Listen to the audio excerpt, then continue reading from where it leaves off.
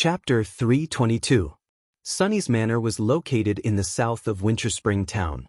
A large piece of land was surrounded by a simple wooden fence, but it was basically farmland and pastures. There were no luxurious buildings in the area. As soon as they entered the manor, Harrison and Judy asked to ride a horse. Therefore, Bachelor Sunny asked his son Hans to take them to the racecourse. On the other hand, Colin and Vera were led by Bachelor Sunny to a field. "Bachelor Sunny, are these farmers all planting sweet potatoes?" Colin asked in surprise. Even if he was not proficient in farming, Colin knew that the staple food of this world was barley and wheat. There was also some rice. Although people knew that sweet potatoes were also edible, it was not considered a mainstream food. "Yes, sir, Viscounts. The main crop that I plant in this farm is sweet potatoes," Bachelor Sunny explained patiently. "You may not know this, but sweet potatoes have many advantages.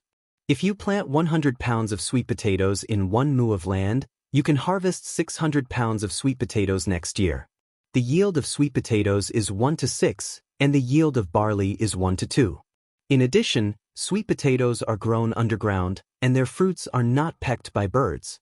However, in general wheat fields, even if the farmer guards them tightly, 10 to 20% of the wheat will be ruined by birds every year. Therefore, these sweet potatoes do not need to be guarded. The farmer only needs to water and fertilize them regularly. The yield of sweet potatoes is so high," Vera said in surprise with her eyes wide open. Now that she had become the Dukes of the North, Vera naturally began to worry about the northern frontier. At present, the biggest crisis in the northern frontier was the food problem. Therefore, after hearing that the yield of sweet potatoes was so high, Vera immediately paid attention to it. Although she also knew that the taste of sweet potatoes was definitely not as good as bread, for the civilians in the famine, as long as they could fill their stomachs, they would not care about the taste at all. However, Colin was not that excited. Of course, he had heard that the yield of sweet potatoes was higher than that of wheat. However, even on Earth, sweet potatoes could not replace rice and wheat as the staple food. Therefore, there must be some problems. "Bachelor Sunny, don't tell me that sweet potatoes have no shortcomings?" Colin asked calmly. "Of course." Senior Sunny nodded and frankly said, "Sweet potatoes are slightly poisonous and are not suitable for human consumption for a long period of time. They can easily cause diarrhea. Also, sweet potatoes are more destructive to the soil, so they need a lot of fertilizer. However, these shortcomings of the sweet potato were nothing compared to its high yield and labor-saving advantages. Especially with the current situation in the northern frontier, as long as we promote the planting of sweet potatoes, the famine will be controlled in the shortest time possible." Vera's pretty face was flushed with excitement. It seemed that she already felt that the promotion of sweet potatoes in the northern frontier was a very feasible measure. But when she saw Colin frowning, she gradually calmed down and realized that there might be a problem that she had not noticed. Seeing this, Scholar Sunny did not continue explaining. Instead, he said, "Lord Duke, Lord Viscounts, I'll take you to a place." Vera and Colin then followed Bachelor Sang and I and continued to move forward. It did not take them long to arrive in front of a large shed. Before they even got close, Colin could already hear the sound of a wild boar coming from the shed. "Please forgive me, my 2 distinguished guests. The smell is a little strong," Scholar Sunny reminded them carefully. Sure enough, an indescribable stench hit them and Vera and Colin almost fainted. Fortunately, they were not pampered people, so they endured the stench and came to the shed. "Are you raising wild boars in captivity?" Colin was even more surprised. The meat in this world was mainly cattle and sheep. Due to the stench of pork and the poor habits of pigs, their hygiene was completely incomparable to cattle and sheep. Therefore, only the commoners would eat pork. The nobles simply did not want to eat this kind of dirty animal. However, Colin, who came from China, had long been accustomed to eating pork. After crossing over to this world, he felt that it was a pity that he could no longer eat red braised pork and other delicacies in his previous world. Although Colin did not specifically learn about wild boars, he also knew that there were no domesticated wild boars in this world. After all, the nobles did not eat wild boars and ordinary civilians did not have any extra food to feed pigs. At most, when they wanted to eat meat, they would hunt some wild boars in the wild to improve their diet. But now, the former Minister of Agriculture of the Empire had actually begun to consciously raise wild boars in captivity. Colin could not help but think highly of him. Yes, Sir Viscounts. Scholar Sonny nodded. Wild boars are not as valuable as cattle and sheep, but they are very easy to feed and can eat almost anything. For example, the sweet potato leaves that you saw in the sweet potato field can be used to feed the wild boars. A wild boar could produce about 500 pounds of meat a year, and a sheep could produce about 100 pounds of mutton at most. As for cows, it would take 3 years to slaughter, but they could only produce about 1,000 pounds of meat. Do you think that it is cost-effective to raise wild boars? Before Colin could speak, Vera shook her head and said, "However, the nobles will not eat such lowly animals. Are you planning to sell the wild boars to the civilians?" Scholar Sonny, with all due respect, I am afraid that the civilians will not buy your wild boars either. After all, wild boars are everywhere. They would rather hunt for wild boars by themselves or buy them from hunters at a low price. Moreover, although cattle and sheep do not produce much meat, their skin, tendons, and wool are very valuable and have many uses. Not to mention that cattle and sheep also produce milk. As for wild boars, their only advantage seems to be that they produce a lot of meat. However, their meat is dry and smelly. Let alone the nobles, even the civilians are not willing to eat them for a long time.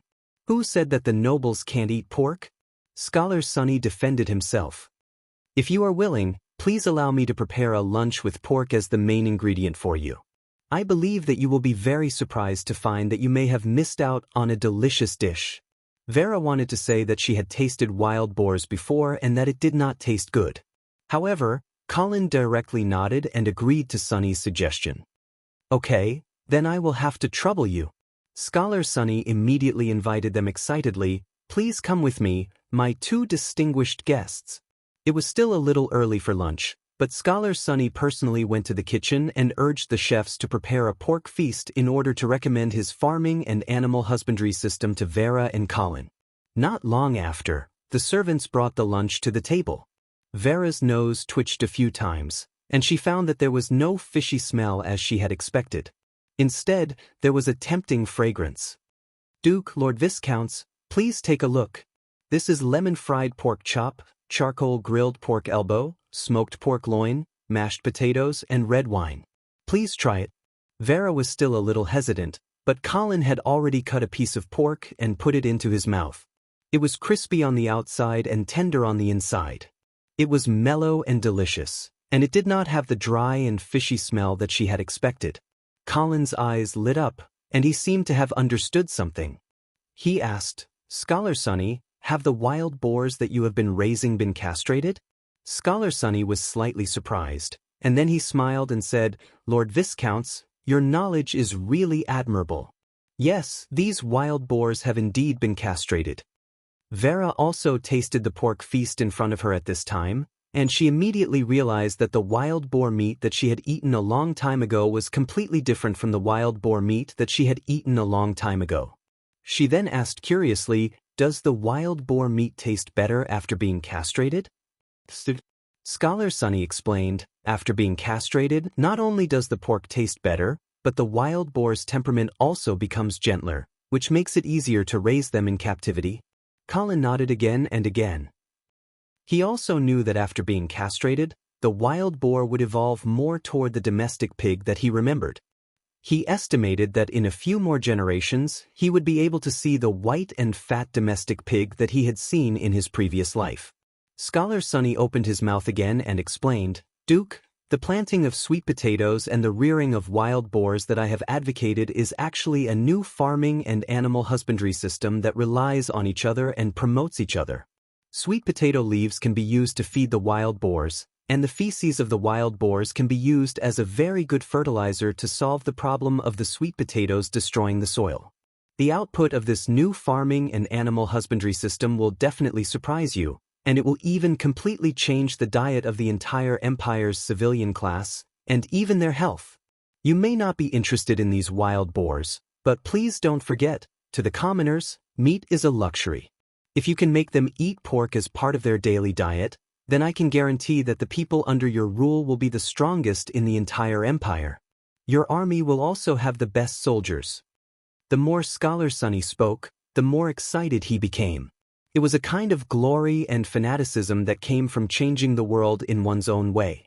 After Vera tasted Scholar Sunny's pork feast, she began to realize that with the passage of time, even the nobles would gradually accept this new type of pork.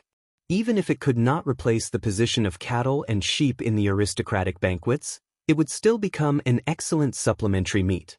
And for the civilians, this kind of pork was simply a gift from God. Due to the fact that cattle and sheep did not produce much meat, the price was extremely high.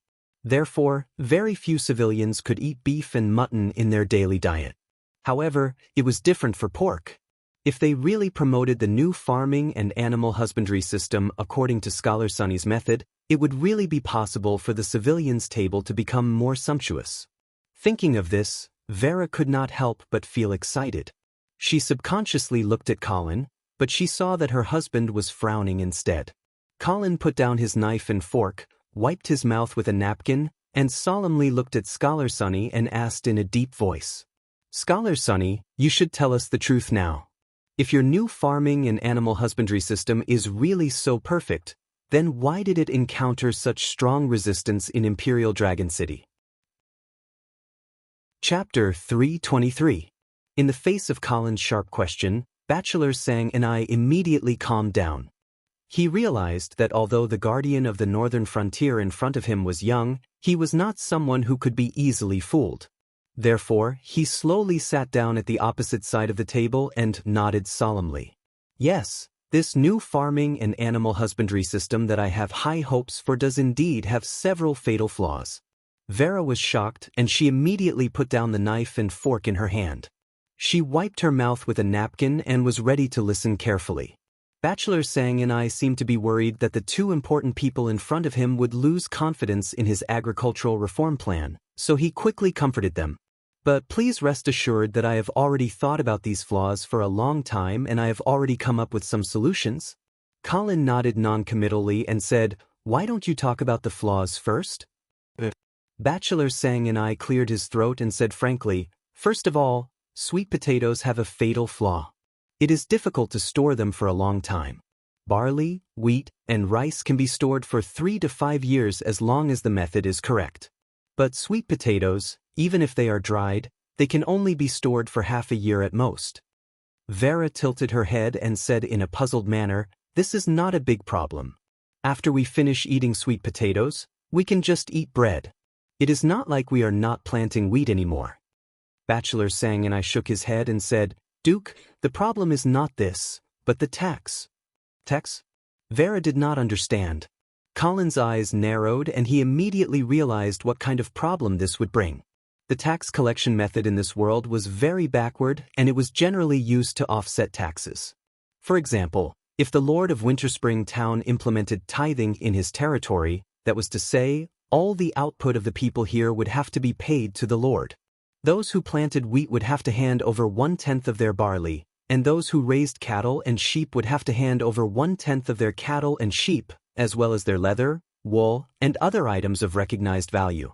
Therefore, if Scholar Sunny's new farming and animal husbandry system was promoted, the farmers in this system would have to hand over 1/10 of their sweet potatoes and pork. However, this involved a serious problem: sweet potatoes could not be stored for a long time. Of course, the Lord didn't collect these taxes for himself. No matter how many people there were in his family, they wouldn't be able to eat that much. These taxes were either used as strategic reserves, as military rations, or to exchange for goods they wanted in the market.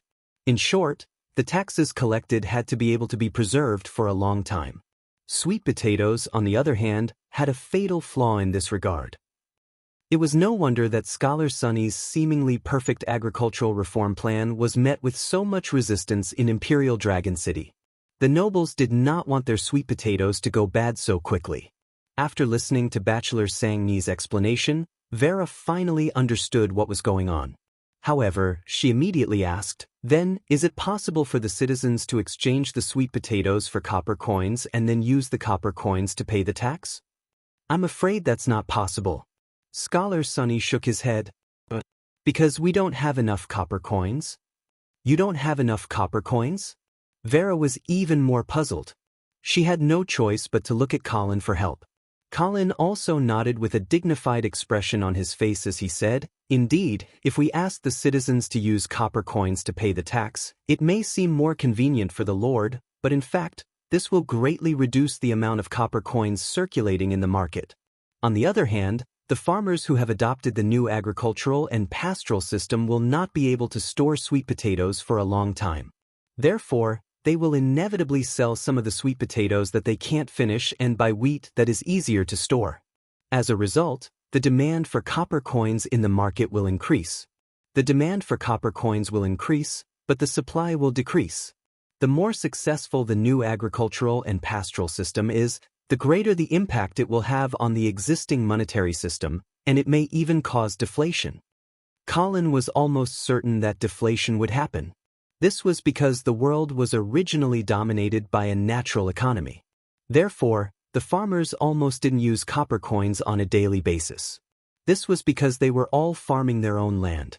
Therefore, they didn't have to pay taxes on their harvests. However, the new agricultural and pastoral system was different. The farmers had to trade their sweet potatoes. Otherwise, they wouldn't be able to finish eating their sweet potatoes. This would greatly stimulate the market's activity. If the money supply couldn't keep up, the consequences would be extremely bad. However, Vera didn't understand these things at all. She blinked her cute big eyes and was even more puzzled. Scholar Sonny was also curious about Colin's new term, deflation? Sir Viscounts, what do you mean by that?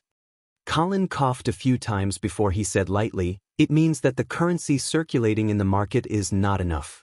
Instead, copper coins have become a rare commodity. Its value has risen sharply, and the prices have fallen. The people who have copper coins are not willing to exchange them, and finally, the entire trading market can't operate normally." Scholar Sonny looked at Colin in amazement. It seemed that he didn't expect that the young Viscounts would have such a deep understanding of the economy. "Then, can't we mint more copper coins?" Vera asked again. Scholar Sonny nodded and said, "Yes, this is indeed a way. However, the Empire of Light's minting power is in the hands of the royal family. Therefore, you must first obtain the consent of the royal family. Moreover, I must remind you that minting copper coins is actually a thankless task. This is because the cost of minting copper coins is higher than their value. The people of this world might not understand the economic operation as well as Colin, but they also understood the importance of the right to mint coins. Therefore, it was not a simple matter to obtain the right to mint coins from the royal family. When Scholar Sonny's new agricultural and pastoral system was rejected, it showed that the royal family didn't want to change the current currency system. In fact, even if Colin obtained the right to mint copper coins, he didn't want to do it. This was because, as Scholar Sonny had said, minting copper coins was a thankless task. It would only increase the burden of the House of St. Hilda. However, Colin had other ways to solve the problem of the shortage of money. This was thanks to his experience in his previous life, where he was used to the various operations of businessmen in the developed market economy. Therefore, he smiled and said, "We don't have to mint copper coins." Scholar Sonny's eyes narrowed and he quickly asked, "Sir Viscounts, do you have a better way?" Colin smiled and nodded. "Yes, we can borrow money from the merchants." "Borrow money?" Scholar Sonny was suddenly confused. He didn't understand what borrowing money had to do with increasing the money supply. Colin smiled confidently and explained leisurely, "We can use the name of the House of St. Hilda to borrow money from the merchants in the northern frontier. And the thing we need to borrow is food. Previously, when the northern frontier was in famine, I know that many merchants had secretly stockpiled a large amount of food. They were waiting for the food prices to rise to make a big profit. Originally, I wanted to wait until I returned to the northern region to teach these fellows a lesson for trying to profit from the country's disaster. But now, it seems that we can use a gentler method and borrow a large amount of food from these merchants." Vera couldn't help but wonder, "Colin, does this have anything to do with what we are talking about now?" "Of course, listen to me slowly." Colin smiled and comforted her. "When these merchants lend us their food, the House of St. Hilda will issue a batch of bills with the family emblem. Well, let's call them bonds. Moreover, you will also announce in public as the Dukes of the North that anyone who holds these bonds can come to the Lion's Roar Fort to exchange for food of equivalent value after the debt matures. Vera was still confused. Her cute big eyes blinked as she looked at Colin. It seemed that she didn't know how to ask questions. However, Scholar Sonny seemed to have realized something, and his eyes became brighter and brighter. Colin smiled and continued to explain, in this way, these bonds will be equivalent to food. Moreover, they will be guaranteed by the credit of the House of St. Hilda. Therefore, they will have the characteristics of the general equivalent. In simple terms, they can be used as currency. After that, we will announce that from now on, the taxes of the northern frontier must be paid in currency or bonds of equivalent value. Once there is a shortage of copper coins, believe me, people will definitely use these bonds as a medium of exchange. In this way, although we will not be minting new coins, we will actually increase the supply of currency circulating in the market. Scholar Sonny stood up excitedly. His face was flushed red as he said loudly, "Lord Viscounts, you are really a genius." After that, he paced back and forth in the dining hall. It seemed that he was carefully thinking about the feasibility of this method. Vera twined her hair around her fingers. She seemed to understand what Colin meant. However, after pacing back and forth for a long time, Scholar Sonny suddenly stopped and asked, "Lord Viscounts, I think that there may be a problem with your method. Tell me." The loans that the House of St. Hilda borrowed from the merchants will have to be paid off. Once they are paid off, won't these bonds be withdrawn from the market? Who said that the loans must be paid off? Colin said in a faint tone, "We can borrow new debts to pay off the old debts and maintain this debt forever." Scholar Sonny was stunned. Vera was also a little hesitant. This was because in this world, borrowing money was not a glorious thing, especially for the nobles. It could be said that it was a shame for them to owe money to those lowly merchants. Now that the situation in the northern frontier was special, it was reasonable to ask the House of St. Hilda to borrow some money to solve the emergency. However, if the debt continued, it would be a great blow to the prestige of the House of St. Hilda. Colin looked at the changes in the expressions of the two men and laughed in his heart. He knew that a certain number one rogue country on earth had also borrowed a lot of money, but would anyone dare to look down on it? Believe me, a reasonable debt is not a burden, but a blessing. Colin said the famous words of Hamilton, the first Secretary of the Treasury of the United States. In fact, Colin's way of issuing bonds bypassed the royal family's right to mint money. In fact, it was equivalent to privately issuing circulating currency. And if he could hold the right to issue currency in his hands, how much profit and influence would it generate? Of course, Colin was well aware of this. Why did the Federal Reserve like to buy U.S. bonds every time there was a financial crisis? Wasn't it to inject a large amount of liquid U.S. dollars into the market in this way to increase the money supply and thus cause inflation? It was also called quantitative easing. In fact, it was just printing money like crazy. But there was no other way. After all, the Federal Reserve was indeed paying off the debt in this way. Colin's inspiration actually came from this. He borrowed food from the merchants and issued bonds of equivalent value. Then, he endorsed these bonds with the credit of the House of St. Hilda. Coupled with the fact that these bonds could be used as tax credits, these bonds had the function of currency. In this way, the House of St. Hilda could dilute and harvest the wealth of the merchants on the northern frontier and even the nobles of the entire empire through this method. However, with the nobles of this world's superficial understanding of finance, they should not be able to understand the true power of this method. Of course, this world was still dominated by the natural economy and not a market economy. Therefore, there was no way to fully exert the power of currency issuance. However, as long as this method could be implemented smoothly, Colin was confident that the northern frontier could quickly recover from famine and war. He was even confident that the gap between them and the other three territories could quickly be widened. Vera looked at Colin's confident face. Although she did not fully understand the true meaning of this plan, it did not prevent her from fully supporting her husband as always. As for Bachelor Sang and I, This guy could not wait to implement his new farming and animal husbandry system in the northern frontier. Even if he had some doubts about Colin's solution, he would not voice them out at this time. When Colin saw that the two of them no longer had any objections, he suddenly sent a formal invitation to Bachelors Sang and I. Bachelors Sang and I wonder if you would like to go to the northern frontier and serve as an agricultural consultant for the House of St. Hilda? Scholar Sang Ni's expression turned solemn. His gaze towards Colin finally carried a trace of respect and reverence from the bottom of his heart. He said in a deep voice, "I would like to." Chapter 324. Winterspring Castle was the central castle of Baron Grant. It stood by the Winterspring River, at the southernmost point of Winterspring Town. It had a history of more than 100 years.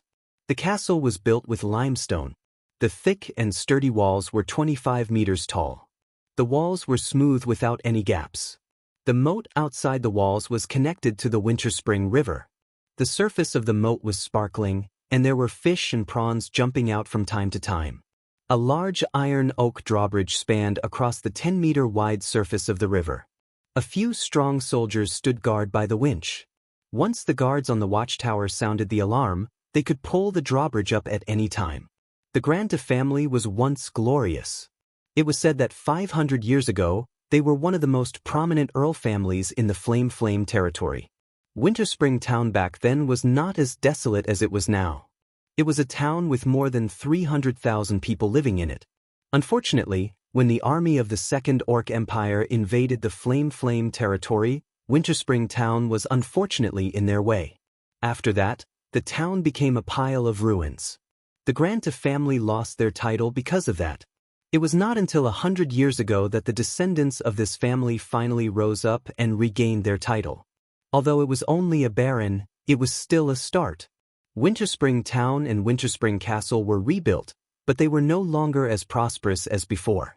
Therefore, when the luxurious carriages of the House of St. Hilda slowly drove into Winterspring Town, the residents here looked at them with curiosity and respect. Baron Grant had already arrived at the town and welcomed the Duke of St. Hilda and the rest into the castle. Although they were once glorious, this glory had long been worn away by the long river of time. The Grant family now was no different from the other nobles in the countryside. When Baron Grant's younger brother, Scholar Sonny, was appointed as the Minister of Agriculture, the Baron thought that the opportunity for the family to revive had finally arrived. Unfortunately, his younger brother was soon suppressed and opposed by various parties because of an agricultural reform plan. In the end, he even lost his own position. After this setback, Baron Grant became even more pragmatic and low-key. This time, the Duke of St. Hilda suddenly came to visit. Although he was full of doubts, he still held the warmest welcome ceremony. He purposely ordered his men to wash away the moss on the city walls, clean up the interior of the castle thoroughly, and lay out the newly purchased red carpet. He even summoned his personal guards to act as ceremonial guards. He had to let the Duke of St. Hilda feel the sincerity of the Grant family. Unfortunately, the Grant family was only a baron. Even though the study room in the Winterspring Castle was spacious, the low ceiling gave off an oppressive feeling. The narrow windows could only let in a little bit of sunlight, so they had to rely on candles to brighten up the room. Only the thick mahogany table exuded the smell of time, which could slightly reflect the heritage of the Granto family. Baron Grant sat on the sofa, looking a little reserved. Although Colin and Vera were elegant and modest, the noble aura that they exuded made Baron Grant feel a little ashamed. Moreover, Prince Harrison and Princess Judy were beside him. Although they did not talk much, they were still the heirs of the Empire, and they gave Baron Grant a lot of pressure. "Your Excellency Duke, Your Excellency Viscounts, please try the mushroom tea. This is a specialty of our granted territory." The silver cup on the long table was steaming, and the tea inside smelled like meat soup. However, it was not greasy when it entered the mouth. Instead, it tasted fresh and delicious. "It has a very unique taste," Vera praised politely. Baron Grant was shocked, and he quickly explained, "Your Excellency Duke, I'm glad that you like it. This mushroom tea is made with red mushrooms from the dark forest and the spring water from the upper reaches of the Winterspring River. Unfortunately, It is not convenient to store it, otherwise I would definitely give you some.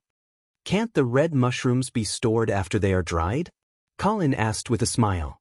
Baron Granta shook his head and said, Your Excellency Viscounts, red mushrooms alone are not enough. It must be made with the spring water from the upper reaches of the Winterspring River in order to have such a unique taste. Colin secretly laughed at Baron Granta's lack of business sense. He was too honest. It was no wonder that he was so poor and his family could not regain the glory of the past. However, he was not interested in teaching Baron Grantu, so he changed the topic and told him the purpose of their trip. Your Excellency Baron, we are here in Winterspring Town to visit Scholar Sunny. You must know that there is a famine in the northern frontier right now, and we would like to invite Scholar Sunny to the northern frontier to implement agricultural reforms to alleviate the food crisis. Therefore, we hope that you can understand and support us. Hearing Colin say that he came to Winterspring Town to visit his brother, Baron Grando could not help but feel disappointed. However, he quickly adjusted his mood. He knew that he was just a small baron and he did not have the qualifications to be visited by the Dukes of the North. Baron Grantu was indeed an honest man. He was not jealous of his brother at all. Instead, he was really happy for him and felt that his brother finally had the opportunity to show off his skills. Of course, it is Sunny's honor to be chosen by the House of St. Hilda. As long as he does not have any objections, I will not stop him. Scholar Sunny looked at his brother and suddenly said, Your Excellency Duke, may I take the liberty to ask for a condition? Vera smiled and nodded. Please go ahead. The thing is, I will be bringing a group of apprentices to the northern frontier as assistants. However, these people are after all the people of Granta territory. If they leave, there will definitely be a shortage of labor here. Therefore, I hope that you can give the Granta family a batch of slaves as compensation. That's what I should do. Vera immediately nodded and looked at Colin. Colin also nodded. This request was not too much. He then asked, How many slaves do you need? Scholar Sunny thought for a while and said, I will be bringing about 100 apprentices to the northern frontier this time. Therefore, you can use the same number of slaves in exchange. Colin shook his head and said, No, I will use 3 times the number of slaves to exchange with the Granta family. Since he was going to give a gift, he might as well give it to them. Moreover, the Granta family had left a good impression on Colin and he was willing to make friends with a family like this. Thank you for your generosity. Scholar Sunny bowed respectfully. Baron Grantu was also very excited. Although 300 slaves was not a big gift for a baron, the friendly attitude that Colin had shown was what he really valued. If he could use Scholar Sunny as a bridge and establish a connection with the House of St. Hilda, Baron Grantu felt that there was still hope for his family to revive. Your Excellency Baron, can I borrow your study room to write a letter to me? I will ask Ice Stone City to send the slaves to Winterspring Town as soon as possible. Of course. Baron Granta led Colin to the writing desk and even helped him spread out a roll of parchment paper. However, Colin's gaze was fixed on a pile of strange papers at the corner of the writing desk, and he did not speak for a long time. Baron Granta also noticed this and explained with a smile, Lord Viscounts, that is a little toy that my servant made when he was bored. It is quite convenient to use for writing, but it is not very suitable for your honorable status. However, Colin did not think that it was a little toy. He knew that the nobles of this world used parchment paper to write. As for the commoners, they definitely could not afford the expensive parchment paper and instead used a type of papyrus paper. Colin had seen this type of papyrus paper before. It was coarse and inconvenient to write on, completely incomparable to the paper he used in his previous life. Unfortunately, he did not remember how to make paper, or else he could have used this skill to make a fortune. However, right now in Baron Granta's study room, Colin actually saw something similar to paper.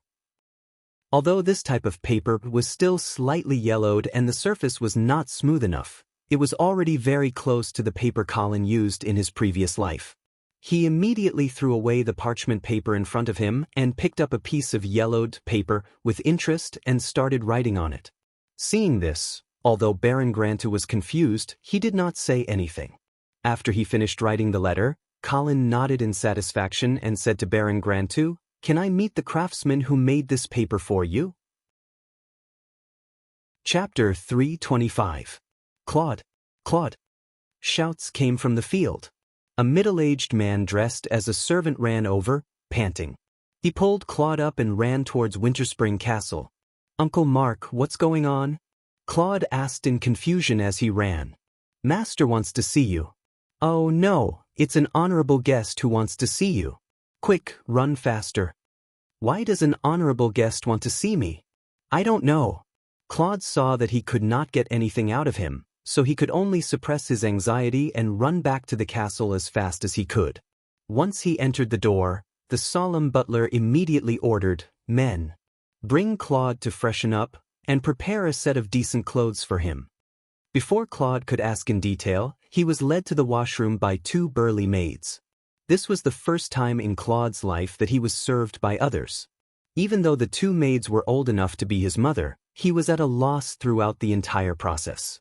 After a while, when Claude walked out of the washroom again, he had already become a handsome and elegant young man. Follow me. The butler appeared again and led Claude to the dining hall. Claude looked at the completely changed dining hall in a daze. Exquisitely carved mahogany furniture replaced the old ones. Golden candlesticks sat in the corner of the hall, filled with snow-white candles. The coarse linen curtains were all replaced with brand-new cashmere curtains. It looked like an honorable guest had really arrived.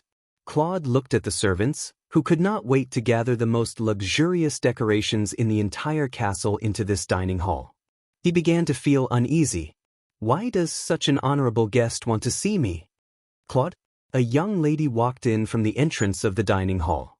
She was wearing a red linen dress, and her hair was tied up in a bun that accentuated her slender neck.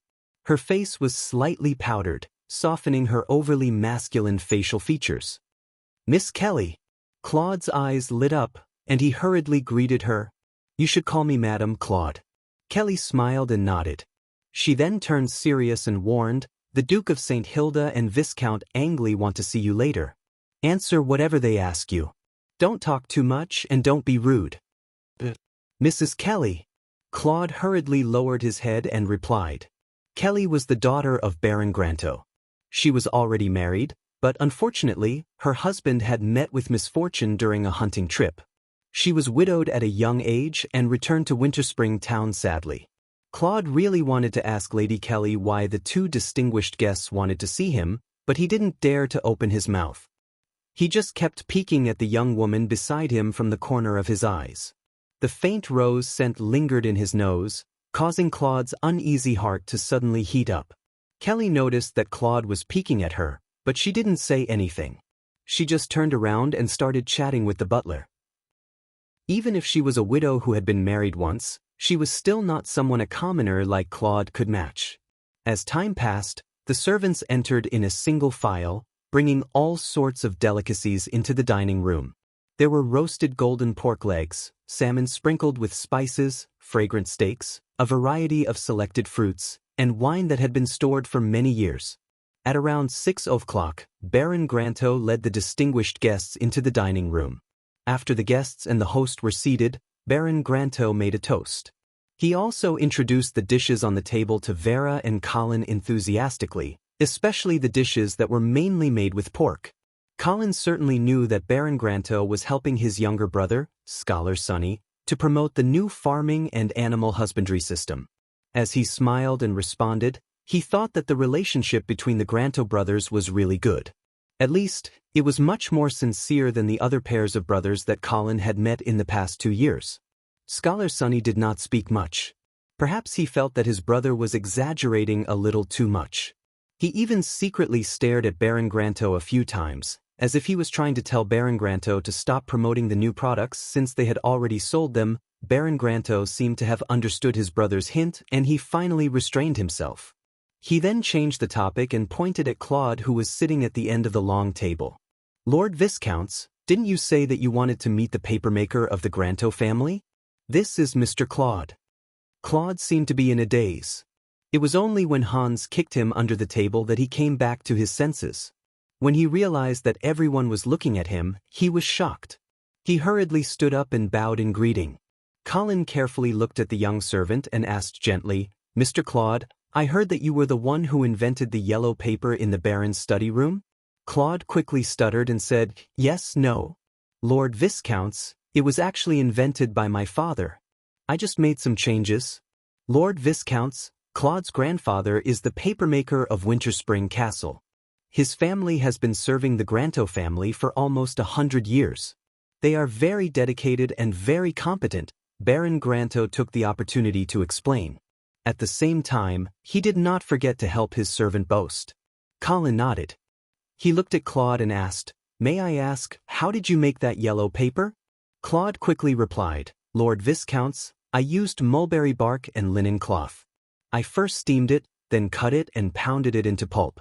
After that, I sifted the pulp and formed it into thin paper. Finally, I dried it under the sun." Colin was a little surprised that the young papermaker had explained in such detail. However, the people of this era did not have much awareness of patents. Claude probably did not know how valuable his invention was. Of course, no matter how valuable it was, it did not have much to do with Claude. He was a servant of the Granto family.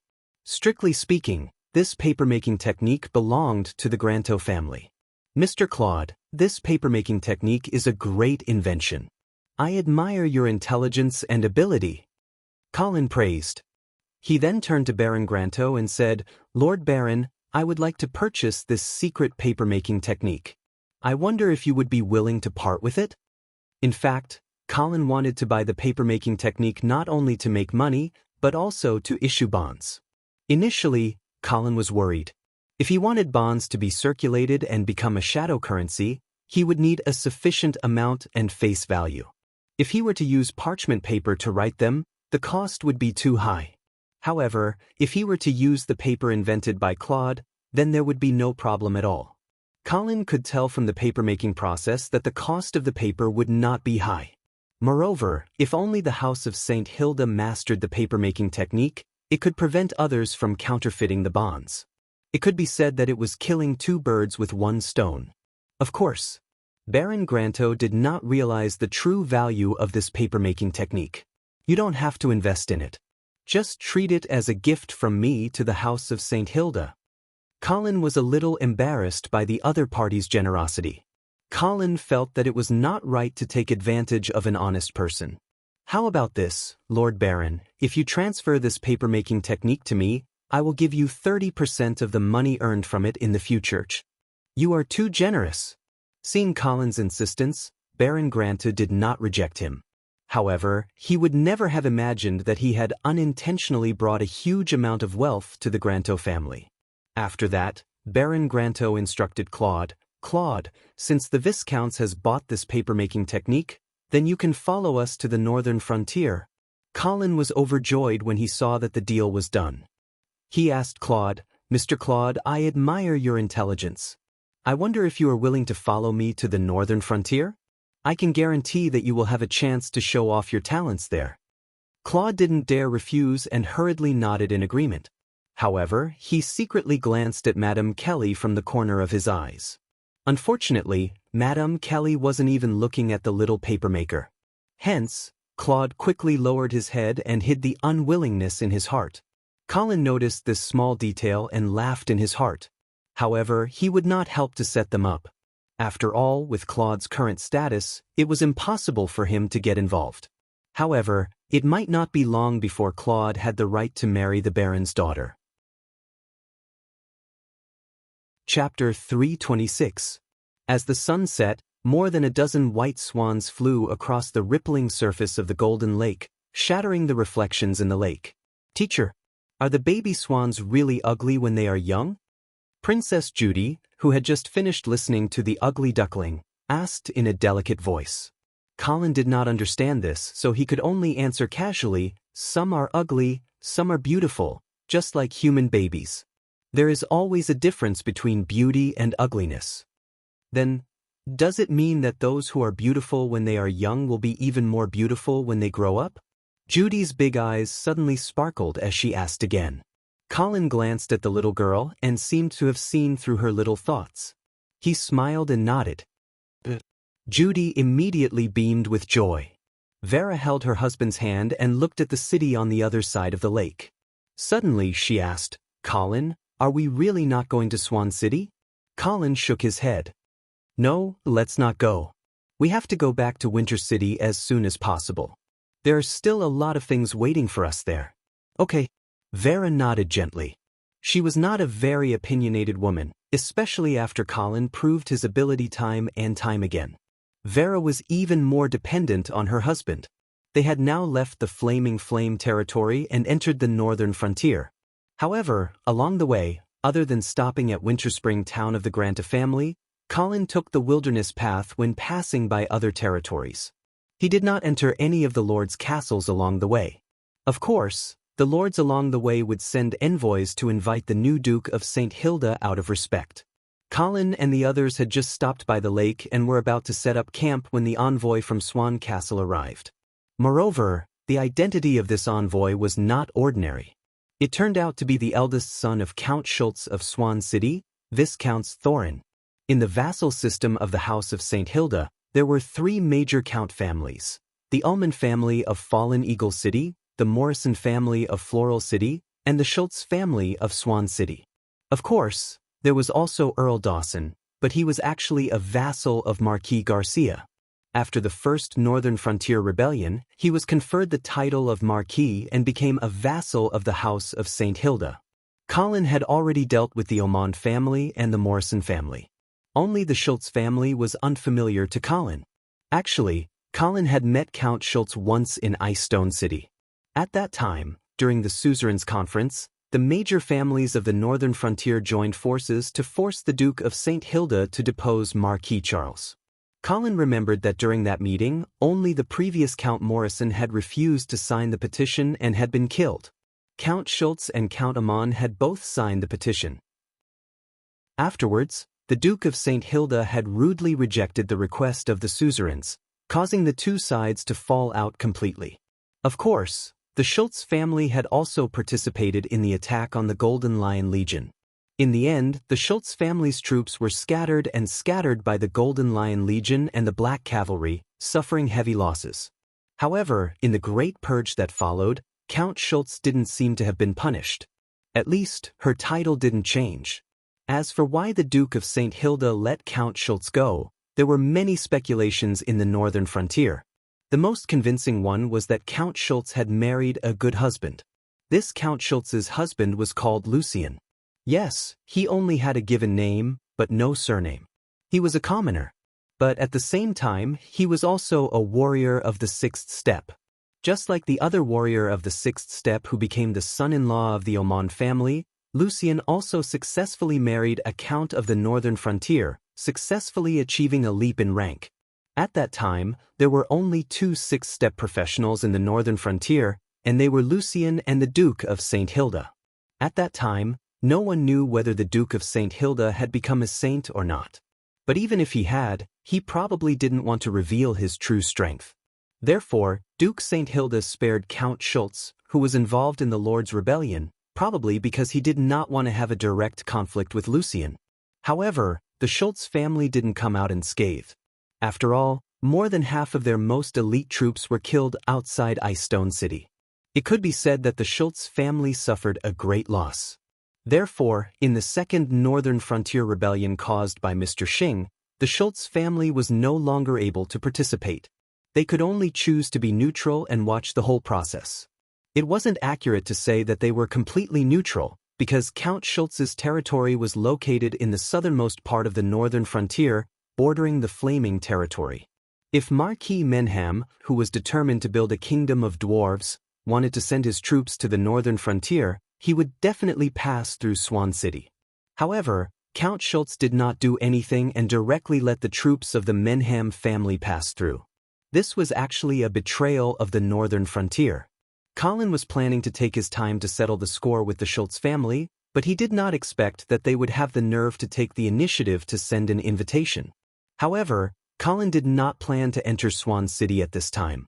It was not that he was afraid of the Tier 6 warrior. After all, as long as Count Schultz and Lucien were not crazy, they would never dare to do anything to Vera, who had become one of the Dukes of the North. He was just too lazy to pay attention to Count Schultz, who had once betrayed the house of St. Hilda. Your Grace, welcome to Count Schultz's territory. Mother ordered me to come here and sincerely invite you to Swan Castle. Viscount Sorin, who looked to be about 14 or 15 years old, said in a slightly childish voice. After that, he respectfully handed an invitation letter to Vera. Vera took the invitation letter and looked at Colin hesitantly. However, Colin slowly shook his head. Therefore, she gently refused, "Please apologize to Count Schultz for me. Due to the urgency of the situation, I have to rush back to Winter City as soon as possible. I'm afraid that I won't be able to visit Swan Castle." According to the usual practice, Viscount Sorin should have left at this time. However, he opened his mouth again and tried to persuade Vera. Your Grace, please forgive my rudeness, but it's already late. Isn't your convoy camping by the lake and preparing to rest here for the night? So, since you are going to stay here for the night, why don't you come to Swan Castle? The Schultz family has already prepared the most delicious food and the most luxurious room for you to rest in. Colin frowned. He felt that this Viscount Sorin was too much. Vera had already rejected him, but he still wanted to force her to stay. However, he did not know if this was Count Schultz's idea or if this young Viscount's was just being immature. Vera's face also became gloomy. She firmly shook her head and said, "I'm sorry. Next time." Viscount Sorin did not give up. Your Grace, I know that the Schultz family's performance during the northern frontier's turmoil did not satisfy you, but please believe that we were unable to do anything at that time. This time, my mother invited you to Swan Castle to apologize to you in person and ask for your forgiveness. Colin snorted and said coldly, "If Count Schultz is really sincere, then please go to Lion's Roar Castle and ask for the Duke's forgiveness." Viscount Sorin was stunned. After a while, he finally gritted his teeth and said in a low voice, "Your Grace, in fact, my mother invited you to Swan Castle because she has something important to report to you." "What is it?" "Just say it here," Vera replied coldly. Viscount Sorin was helpless. He lowered his voice and said, "Bishop John of Swan City has disappeared." "Disappeared?" "Yes. Bishop John has disappeared for 3 days without any news. My father personally led a team to search Swan City, but they did not find anything." Vera's face changed slightly. She looked at Colin with a grave expression. Colin also frowned. The disappearance of a bishop could be a serious matter. However, Vera was one of the Dukes of the North. Since she was passing by Swan City, it would be inappropriate for her to not ask about it. However, Colin did not want Vera to have too much contact with the church. After all, it was hard to tell how much the Pope's theurgy affected Vera. Colin could not help but wonder if this was a trick directed by the church. When he thought of this, Colin stepped forward and replied, "Your Grace, you need to hurry back to Winter City. You really can't stay in Swan City. How about this? I will go back with you and find out what happened." Viscount Thorin looked at the calm Colin and then at the silent Vera. He could only nod and say, "Yes? Okay, then I will have to trouble you, Sir Viscounts." Colin nodded. He turned around and whispered in Vera's ear, "You can rest by the lake for the night. You will continue your journey tomorrow. Don't wait for me." Vera nodded obediently and said, "Okay. You be careful too." Chapter 327. Swan City stood on the shore of Swan Lake. The moat was connected to the lake. From afar, the majestic city looked like a small island in the middle of the lake. The dark green city walls were reflected in the lake. Under the light of the setting sun, reality and illusion, majesty and gentleness, formed a beautiful scene. When Colin arrived at Swan City with Viscount Sorin, he found that Countess Schultz was already waiting for them outside the city. Countess Schultz was wearing a light blue palace dress. She was tall and well-proportioned, with black hair and black eyes. Her facial features were delicate, and there was no trace of age on her. Colin dismounted from his horse and bowed. "Your Excellency Countess Schultz, may your beauty last forever. Welcome to Swan City, Your Excellency Viscount Angley, the guardian of the northern frontier." Countess Schultz smiled sweetly. Her tone was kind and gentle, as if she was not unhappy about Vera's refusal to come to Swan City. The Countess had a gentle temperament and was very approachable. Even if Colin had some opinions about the Schultz family, they almost disappeared under the Countess' gentle smile. "This is my husband, Lucien." Countess Schultz pointed at a middle-aged man with a rough face and introduced him to Lucien. The corner of Lucien's mouth twitched into a smile, but his attitude was not very warm. It was not clear whether it was because he had some opinions about Colin, or because he was not good at socializing. Colin did not mind. He smiled and nodded at Lucien as a greeting. As the strongest person on the northern frontier, Lucien had the right to be proud. After that, Countess Schultz introduced Colin to the important people behind her. Colin smiled and greeted them one by one, but in reality he did not remember many of their names.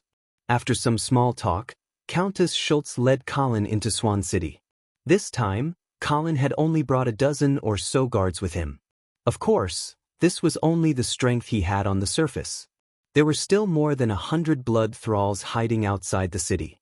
Swan City had always had the reputation of being the most beautiful city in the northern frontier. The buildings in the city were painted a uniform white, and the roads were paved with bluestone slabs. There was even a green belt in the middle of the road, where tall sycamore trees were planted. However, in Colin's opinion, Swan City's beauty was a little artificial. It wasn't as natural as Silver Moon City. Of course, among the cities in the northern frontier, Swan City was considered outstanding. Compared to it, Winter City was more majestic but less graceful. Colin looked at Swan Castle not far away and asked with a smile, "Earl, why don't we go directly to the Radiance Church? Don't you want to have dinner first? Let's go take a look at the place where Bishop John went missing first. Otherwise, I won't be in the mood to eat with this question hanging in my mind." Count Schultz didn't try to persuade him any further. He smiled gently and praised, "All right, your dedication is admirable." Then, the convoy slowly changed direction and soon arrived in front of the Radiance Church. 4 white-robed pastors welcomed Colin and the rest into the prayer hall. Count Schultz introduced the church to Colin as they walked. According to the pastors in the church, Bishop John went missing as usual on the night. After he finished the last mass, he went back to his room to rest. However, the next morning, the servants who came to help him wash up found that Bishop John was not in his room. Then, the pastors searched the church but found nothing. "They could only report this to me. I also sent the City Defense Army to search the entire city. I even had Lucien personally lead a team to search the vicinity of Swan City." However, there was still no trace of Bishop John. Colin nodded and said to the pastor who led the way, "Can you bring us to Bishop John's room?" "Of course, this way please." The few of them followed the pastor through the long corridor and arrived at the inner courtyard. "Lord Viscount, this is Bishop John's room. We've investigated it carefully before, and there are no traces of fighting or abnormalities." Colin walked around the room and suddenly asked with a smile, "Did Bishop John forget to tell you that he was going somewhere far away?" Count Schultz also smiled and said, "That seems to be the most reasonable explanation." Colin rubbed his nose, wondering if this was really a self-directed trick by the church. Bishop John knew that Vera was going to pass by Swan City, so he deliberately went missing to trick Vera into entering the city? But what was the use of that? Colin's eyes swept across the faces of the people in the room one by one. He asked again, "On the night the bishop went missing, did he come into contact with anyone strange?" "Strange people? Yes, or people you don't know."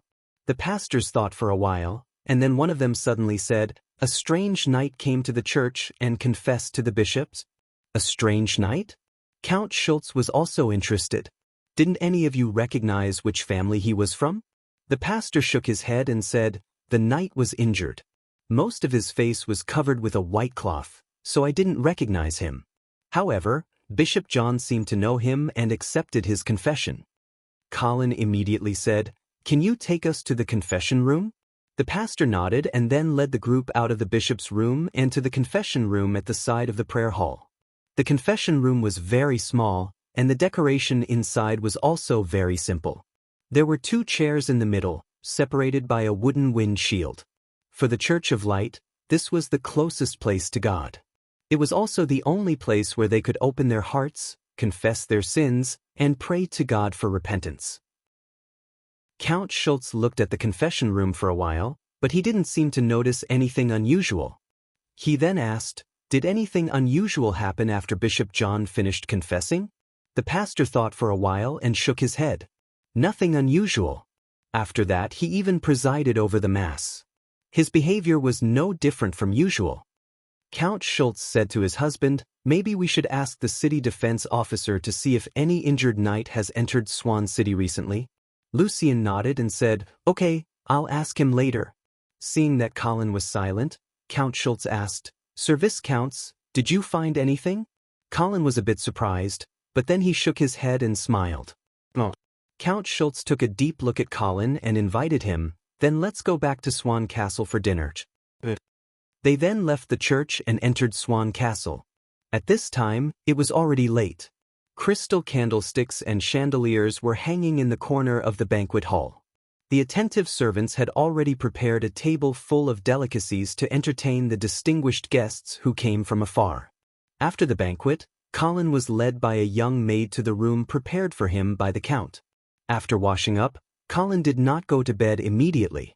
Instead, he quietly left Swan Castle and returned to the Radiance Church. In the prayer hall of the church, the pastors were directing the choir to sing hymns. When one of them saw Colin, he immediately greeted him. "Sir Viscounts, is there anything I can do for you?" Colin pointed in the direction of the side hall and said, "I want to check the confession room again. Is there anyone inside?" "Are you going to confess?" "No, I'll take a look myself. You don't have to worry about me." After sending the pastors away, Colin went to the confession room alone. After closing the door, Colin sat down in his seat. The confession room was very quiet. Lucien could vaguely hear the choir singing from the prayer hall next door. Colin took a deep breath and once again smelled the faintly discernible scent of blood. The smell was very faint. Looking at the reaction of Count Schultz and the pastors, it was clear that they did not notice the smell of blood at all. If not for Colin's extreme sensitivity to the smell of blood, he might have missed this important clue. It was this smell that made him return. But just as Colin was about to take a closer look, he suddenly felt that something was wrong. He stretched out his hand and pulled open the curtain in the middle. He was surprised to find another person sitting in the seat opposite him. Colin's heart trembled. He showed a stiff smile and greeted, "Good evening, Your Highness." Chapter 328. In the small confessional, Colin and Prince Lacy sat opposite each other. Neither of them spoke, and the silence in the air made one's heart palpitate. Under the scrutinizing gaze of this paladin, Colin felt as if all the secrets in his heart had nowhere to hide. The faint sound of the choir outside became more and more distant, and finally disappeared completely. It was as if the confessional was sealed in another space. Prince Lacy's aura was as deep as the sea. Even if he was just sitting beside him, he had the illusion that he would be swallowed by the huge waves at any time. Cold sweat seeped out from Colin's forehead. He could not help but ask, "Your Highness, are you here to confess?" Prince Lacy looked at Colin expressionlessly. After a while, he finally said, "What did you find?" Colin sighed inwardly and had no choice but to tell the truth. "I smell blood." "Blood?" Prince Lacy's nose twitched a few times. It was unknown whether he smelled it or not. Colin quickly added, "It's very faint, but I'm sure it's the smell of blood." Prince Lacy stared into Colin's eyes and asked, "Then why do you think there's the smell of blood?" Colin thought for a while and said, "The priest said that the strange paladin was wrapped in white cloth and seemed to be seriously injured. Maybe that's why there's a faint smell of blood." "Is that so?" Prince Lacy said lightly, "If it's because of this, why did you come back alone in the middle of the night?" Colin was speechless. Looking at Prince Lacy's increasingly dangerous eyes, Colin had no choice but to be honest, "Because I smelled a similar smell of blood in another place before." Colin licked his lips and said with a smile, "Phoenix Butterfly Castle?" "Golden-tailed Phoenix Butterfly Castle? Morrison family?" "Yes." Prince Lacy narrowed his eyes, as if he was examining whether Colin was lying this time. Colin looked back at him calmly. This time he really did not lie. Since you smelled something similar in the Phoenix Butterfly Castle, have you investigated the source? Colin nodded and said half-truthfully, yes, I did. I once sneaked into the basement of the Phoenix Butterfly Castle's clock tower and found a terrifying blood pool there. Blood pool? Prince Archway finally had a surprised expression on his face. But I was worried that I would alarm the people of the Morrison family, so I immediately came out and didn't investigate further. Perhaps you can go and make some inquiries. Colin was prepared to encourage this paladin to probe the mysterious and strange Morrison family. It would be best if he could expose this family's history. Prince Lacy lowered his head in silence. No one knew what he was thinking. Colin saw that the other party did not speak, so he mustered up his courage and asked, Your Highness, may I ask why you are here? Is it also because of Bishop John's disappearance? Prince Lacy raised his head again and said indifferently, It was my lord who guided me here. The corner of Colin's mouth twitched slightly, and he was speechless. But then, Colin realized that perhaps Prince Lacy was not being perfunctory, but had really received the guidance of God. After all, there might really be some special connection between the paladins and the God of Light. So, Colin asked again, What else did my lord tell you? Tell me, maybe I can help you. However, this time, Prince Lacy did not answer. He just stared at Colin silently until he felt goosebumps all over his body. Just when Colin thought that he had offended Prince Lacy and was about to leave quickly, the other party suddenly spoke. My lord's guidance told me that this Bishop John is related to the person who framed me. Framed? Colin asked thoughtfully. I did not kill Consul Leadham. Someone framed me. What? Who is so bold? Colin tried hard to pretend to be shocked. Prince Lacy seemed to have seen through Colin's disguise. The corner of his mouth curled up slightly, and he asked, You already knew, didn't you? Colin coughed a few times to hide his awkwardness. He smiled and said, Actually, it was just a guess. After all, the situation at that time, no matter how you look at it, it was a little deliberate. Moreover, I also believe that with your character, you would never do such a despicable thing. Prince Lacy's gaze softened a little. Perhaps he felt that he had finally found someone who understood him. He nodded in agreement and said, That's right. So now I need to find the evidence that framed me and restore my reputation. Then what does this have to do with Bishop John? Colin asked doubtfully. Prince Lacy shook his head and did not speak. Colin was not sure if the other party did not know what it had to do with him, or if he did not want to tell him. Then do you have a suspect for the person who framed you? Colin asked tentatively.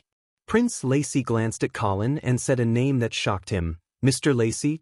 Mr. Lacy? Colin's eyes widened. But wasn't he killed by you? Originally, Colin thought that Prince Lacy would say the name of Emperor Reinhardt or Empress Medela. He did not expect that the other party would say the name of a dead person. That's right. I did see him turn to dust with my own eyes. However, that does not mean that he is dead. Colin touched the tip of his nose. If it was anyone else who said this, he would definitely scold them. But facing a holy knight.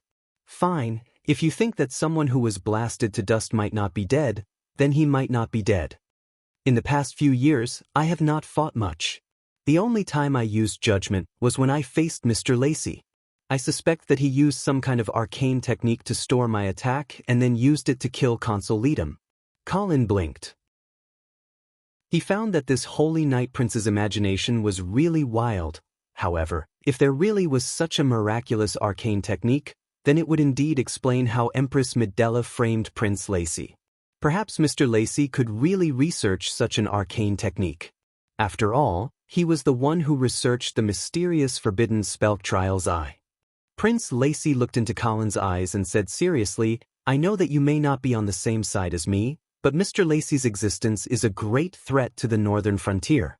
So, if you have any news about him, please let me know immediately. Colin agreed without hesitation. Prince Lacy was right. If Mr. Lacy was really alive, then Colin would definitely be one of the people who wanted to kill him the most. As long as this guy was alive, the northern frontier would never be truly peaceful. Seeing that Colin had agreed, Prince Lacy nodded, indicating that he could leave. Colin heaved a sigh of relief and hurriedly stood up to bow. But just as he was about to open the door, Prince Lacey's voice sounded again. "Right, let me give you one last piece of advice." Colin turned back and smiled respectfully. "Please speak. Be careful of the Empress. She is a dangerous woman." After saying this, Prince Lacey closed his eyes and did not explain further. He did not seem to care whether Colin took his advice or not. Colin rubbed his nose, thinking that this was not a ploy to drive a wedge between them, right? But this method was too crude. "Thank you, Your Highness. I will keep your advice in mind." Chapter 329. It was late at night. Colin walked alone in the hallway of Swan Castle, occasionally passing by a few patrolling guards. Seeing Colin, the guards all stopped and saluted. Colin nodded absent-mindedly. After returning from the church, Colin was still thinking about the conversation he had with Prince Rhy in the confessional. Especially the news that Mr. Chi might still be alive, which made Colin feel an irresistible pressure. But then Colin shook his head and laughed. He felt that he was worrying too much. After all, whether Mr. Chi was still alive or not was not confirmed. Even if it was true, with Prince Rhy in front of him, Colin did not have to worry about facing this terrifying opponent. Thinking of this, Colin's footsteps suddenly became a lot lighter. The air also seemed to have become sweeter. It wasn't as if, but there was really a sweet fragrance in the air. Colin curiously turned a corner and saw the open-air balcony at the end of the hallway. On the balcony, a beautiful figure was standing there alone. It was Countess Schultz. Tonight, the Countess was wearing a simple dress with a tight waist. She did not have any jewelry on her, but the dress was well-tailored, vividly outlining her slender and flexible body. In Colin's opinion, Countess Schultz was a mature, graceful, and charming model of a noble lady. She was dignified but not pretentious, beautiful but not frivolous and arrogant, and always had a very friendly smile on her face. Even though he knew that the loyalty of the Schultz family was questionable, Colin found it hard to dislike such an outstanding countess. Hearing Colin's footsteps, Countess Schultz turned her head and smiled sweetly. "Your Excellency Viscounts, did you go out for a walk?" "Yes, I couldn't sleep, so I went to the church to bare my heart to the Lord. I feel much better now." Colin replied with a smile, then walked forward and stood side by side with Countess Schultz. Swan Castle was built next to the lake. Looking out from the balcony, one could see Swan Lake under the night sky. The bright silver moon was reflected in the lake, ethereal and beautiful. "Yes, it's better to talk about some things," Count Schultz said meaningfully. Colin nodded his head in response. However, his eyes were looking across the vast lake, and he could see a faint fire on the other side of the lake. That should be the place where Vera and the others were camping. Count Schultz followed Colin's gaze and seemed to understand something. He asked again, "Your Grace, are you unwilling to enter Swan City to express your dissatisfaction with the Schultz family?" Colin smiled and said, "Count, do you think the Duke of St. Hilda can still trust the Schultz family?" "That's right. What the Schultz family had done was indeed chilling. However, I'm only targeting the former Duke of St. Hilda. I'm willing to offer unlimited loyalty to the current Duke of St. Hilda." Colin turned his head and looked at Count Schultz, who had a serious expression on his face. Count Schultz met Colin's gaze without flinching. The sincerity in his eyes did not seem to be fake. However, Colin would not be moved by a few words. Besides, he had seen many politicians with outstanding acting skills. Who knew if Count Schultz was one of them? "I will pass on your words to the Duke of St. Hilda," Colin said calmly. Count Schultz could see that Colin was just being perfunctory. He said again, "You don't trust me. I just find it hard to trust someone who has betrayed His Majesty." A hint of sadness flashed in Count Schultz's eyes. He seemed to be hurt by Colin's words. After a while, he said, "Then do you know why I betrayed the former Duke of St. Hilda in Icestone City?" Colin was a witness to the rebellion of the Lords, so of course he knew the situation. However, looking at Count Schultz's expression, it seemed that there was more to his motive. Is it not because of Marquis Charles's disastrous defeat at the front lines? Not exactly. Count Schultz shook his head slowly. It's also because of Marquis Garcia. Colin's expression changed, but he was not too surprised. After all, Marquis Garcia had purposely expressed his dissatisfaction with his brother in order to incite the lords to rebel. However, Count Schultz's next words gave Colin a fright. "Marquis Garcia is my lover." Colin looked at the beautiful countess beside him. The fire of gossip was ignited in his heart. "Back then, I thought that Garcia finally had the courage to rebel against his brother, so I joined the rebellion army. Who would have thought? I overestimated his courage." Colin looked at Count Schultz, who was gnashing his teeth, and did not know what to say for a moment. However, in his opinion, the countess was probably overthinking things. Marquis Garcia was obviously more willing to cooperate with his brother to purge the lords of the northern frontier to consolidate the rule of the House of St. Hilda. At that time, even Colin was taken by Marquis Garcia to hunt outside the city. That was how they escaped the whirlpool of rebellion. However, Marquis Garcia did not inform Count Schultz. From this, it could be seen that Count Schultz was not that important to Marquis Garcia. Count Schultz seemed to have seen through Colin's thoughts. He immediately asked, "Do you think that I overestimated my position in Marquis Garcia's heart?" Colin touched his nose and said helplessly, "That's not it. I think that the reason why the Duke of St. Hilda's purge of the rebellious lords did not affect you was probably because Marquis Garcia pleaded on your behalf." Count Schultz's lips curved into a mocking smile. "Actually, you're not wrong to think that way. I'm afraid that I really overestimated my position in Marquis Garcia's heart. 20 years ago, I even foolishly thought that he would marry me. Who would have thought that when the Duke of St. Hilda only asked him to give up his command of the Black Cavalry in order to marry me, he hesitated. He even told me that he would give up his command of the Black Cavalry to marry me after he breached the Troll City. Luckily I didn't wait for him. Otherwise, who knows how many years I would have wasted." Colin was a little surprised.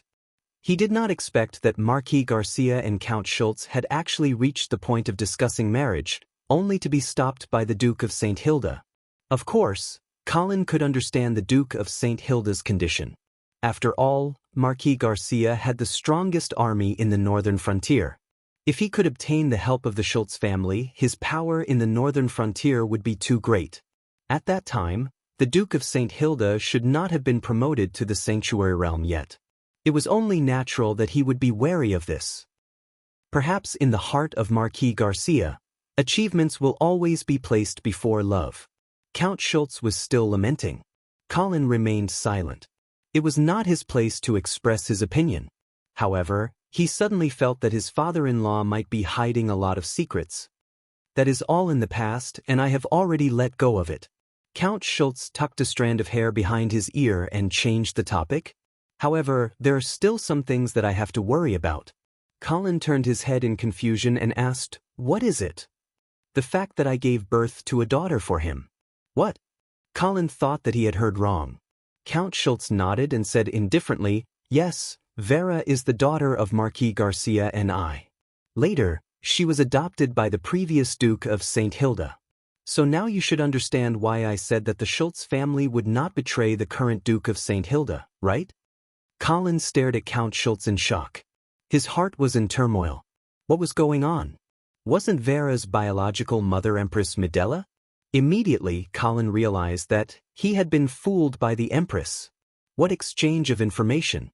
What did she mean by supporting Vera? It was all the Empress' little tricks. She had used this little trick to win Colin's trust and forced him to hand over his information in the name of an exchange. Colin felt a little relieved that he had not handed over his fatal information to the Empress. Otherwise, he would have been at Empress Medela's mercy in the future. At this time, he could not help but think of Prince Leon's advice: be careful of the Empress. She is a dangerous woman. Chapter 330. But you don't believe me? Count Schultz looked at the shocked expression on Colin's face and thought that he did not believe him. Colin let out a long sigh and shook his head. "It's not that I don't believe you. I just feel that this news is a little too shocking." "But Marquis Garcia gave you his two most precious things, Vera and the Black Cavalry. Has he never mentioned me to you?" Colin smiled bitterly and shook his head. Marquis Garcia has never allowed me to ask more about Vera's birth mother. Is it because he feels guilty that he does not dare to mention me? Maybe. In fact, Colin was more willing to believe Count Schultz because if Count Schultz was not Vera's biological mother, he would not have known that Marquis Garcia was Vera's biological father. After all, Marquis Garcia would not have told this secret to an unrelated person like Count Schultz. However, he might have told his own sister. Moreover, Queen Medela knew that Colin would not dare to ask Marquis Garcia directly because if Colin believed her, he would think that Vera was the product of incest. Therefore, he would not dare to ask Marquis Garcia directly. Therefore, he could only bury this secret in the bottom of his heart and believe that he had the Queen's secret. Colin was now more and more convinced that Queen Medela was lying to him in order to get hold of his secret so that she could control him. Phew, this woman was too scheming. However, if Count Schultz was Vera's biological mother, then things would be different. Although it was also a little difficult to talk about it, it was not as serious as incest. It was just an ordinary illegitimate daughter. Colin dared to ask Marquis Garcia directly. Since Count Schultz had told him this secret, he should not be afraid of confronting Marquis Garcia. Do you believe that I do not have any malicious intentions towards Vera now? Of course. Then, can I trouble you to invite Vera into the city?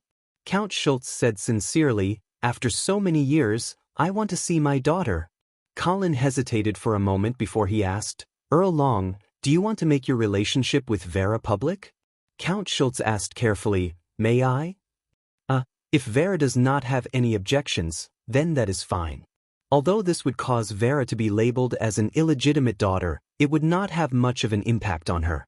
After all, everyone knew that Vera was an illegitimate daughter, but they did not know the identity of her biological parents.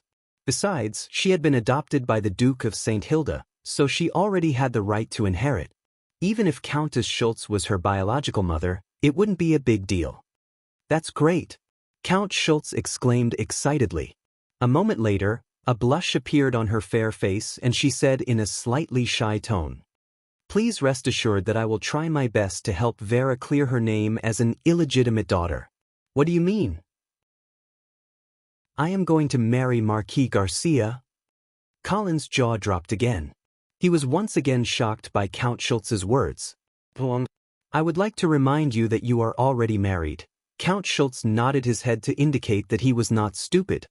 He then said in a matter-of-fact tone, I can get a divorce. When he saw that Colin was still in shock, Count Schultz continued. The reason why Marquis Garcia refused to marry me in the past was because he could not let go of the Black Cavalry. However, now that the Black Cavalry has become your blood cavalry, I would like to see if he has forgotten the promise he made back then. As for my husband, you don't have to worry about him. I have already given birth to a son for Garcia. As long as Marquis Garcia is willing to marry me, I can immediately pass the title of Count to Sorin. I believe that he will not object. The reason why he married me in the past was because of the Schultz family's property. Now that I have handed it over to his own son, he can't be more than happy. Colin blinked his eyes and looked at Count Schultz, who seemed to have turned into a young girl in love. For a moment, he did not know how to comment on her behavior. At the same time, he could not help but feel that Marquis Garcia's charm was so great that Count Schultz could not forget him even after so many years. Count Schultz was even willing to give up the title of Count in order to marry him. Do you think that Marquis Garcia will be willing to marry me? Count Schultz suddenly lost her confidence. Colin wiped the cold sweat off his forehead and smiled bitterly. I think so. After all, you have done so much for Marquis Garcia. If he doesn't marry you, it will be intolerable. Count Schultz seemed to be encouraged by Lucien's words. She suddenly smiled and looked no different from a young girl in love. Count Schultz, it's already late. I'll go back and rest now. I'll get up early tomorrow and go to the camp on the other side of the lake to bring Vera to Swan City. Thank you so much. This is what I should do. Colin bowed and then left. Count Schultz looked at the faint fire on the other side of the lake with a smile on his face, as if he was looking forward to the scene when he met his daughter tomorrow. Do you think he believes you? Suddenly, a deep male voice sounded. Count Schultz immediately turned around and bowed. I think so, Your Grace. The man was covered in a gray robe, and only his face could be seen. It was the Duke of St. Hilda, who was supposed to be dead. Will Vera enter the city tomorrow? Yes. Very good. The Duke of St. Hilda nodded with satisfaction, and a faint smile appeared on his face. Tomorrow, you will publicly announce your relationship with Vera and prove that she is your daughter. Count Schultz hesitated and asked carefully, Your Grace, please forgive me for being presumptuous, but if I pretend to be Vera's mother, won't Marquis Garcia stand up and expose me? He won't dare to, the Duke of St. Hilda said with certainty. When the Duke of St. Hilda saw that the hesitation on Count Schultz's face had not completely disappeared, he added, because he won't dare to reveal the identity of Vera's real mother, you don't have to worry at all. No one will stand up and question you. From tomorrow onwards, you will be the mother of this generation of Dukes of the North. Count Schultz heaved a sigh of relief and asked, Your Grace, what should I do after that? After that, you will return to Winter City with Vera and propose to Marquis Garcia. Believe me, he won't dare to reject you. After the marriage, your most important task is to conceive a child of the House of St. Hilda. After you complete this task, I will tell you what to do next. Count Schultz frowned and hesitated. Your Grace, even if Marquis Garcia is forced to marry me, he might not even touch me. How can I conceive a child? The Duke of St. Hilda smiled faintly and said, You can rest assured that I will help you. Count Schultz raised his head and looked at the Duke of St. Hilda. A charming blush appeared on his face as he nodded and said, I understand. Do you have any other questions? Count Schultz thought for a moment and said, Your Grace, with all due respect, if you are willing to reveal the truth that you are still alive, we won't have to go through so much trouble. The Duke of St. Hilda's eyes flashed and he shook his head coldly. I am seriously injured right now. It is not suitable for me to show my face. Otherwise, I will be hunted down by my enemies. Just do as I say. As long as you do this well, I will not go back on my promise to you. Count Schultz lowered his head obediently. When he raised his head again, he discovered that the Duke of St. Hilda had already disappeared. Chapter 331. After returning to his room, Colin washed up and prepared to go to bed. However, he couldn't fall asleep as he tossed and turned in his bed. His mind kept replaying the secret that Count Schultz had just revealed to him. Suddenly, Colin realized a problem. When Queen Medela claimed that she was Vera's mother, she had also revealed another secret. She had poisoned Marquis Adams to death. If Queen Medela wasn't Vera's biological mother, why would she poison Adams when Duke St. Hilda went back on his word and didn't give Vera the title of Marquis of the Northern Territory? Well, if this was also a lie that Queen Medela had told him, then what about the will that the Duke of St. Hilda had left behind? Before Count Almond died, he had said that someone had forced the Duke of St. Hilda to write this will. And that person was most likely Queen Medela.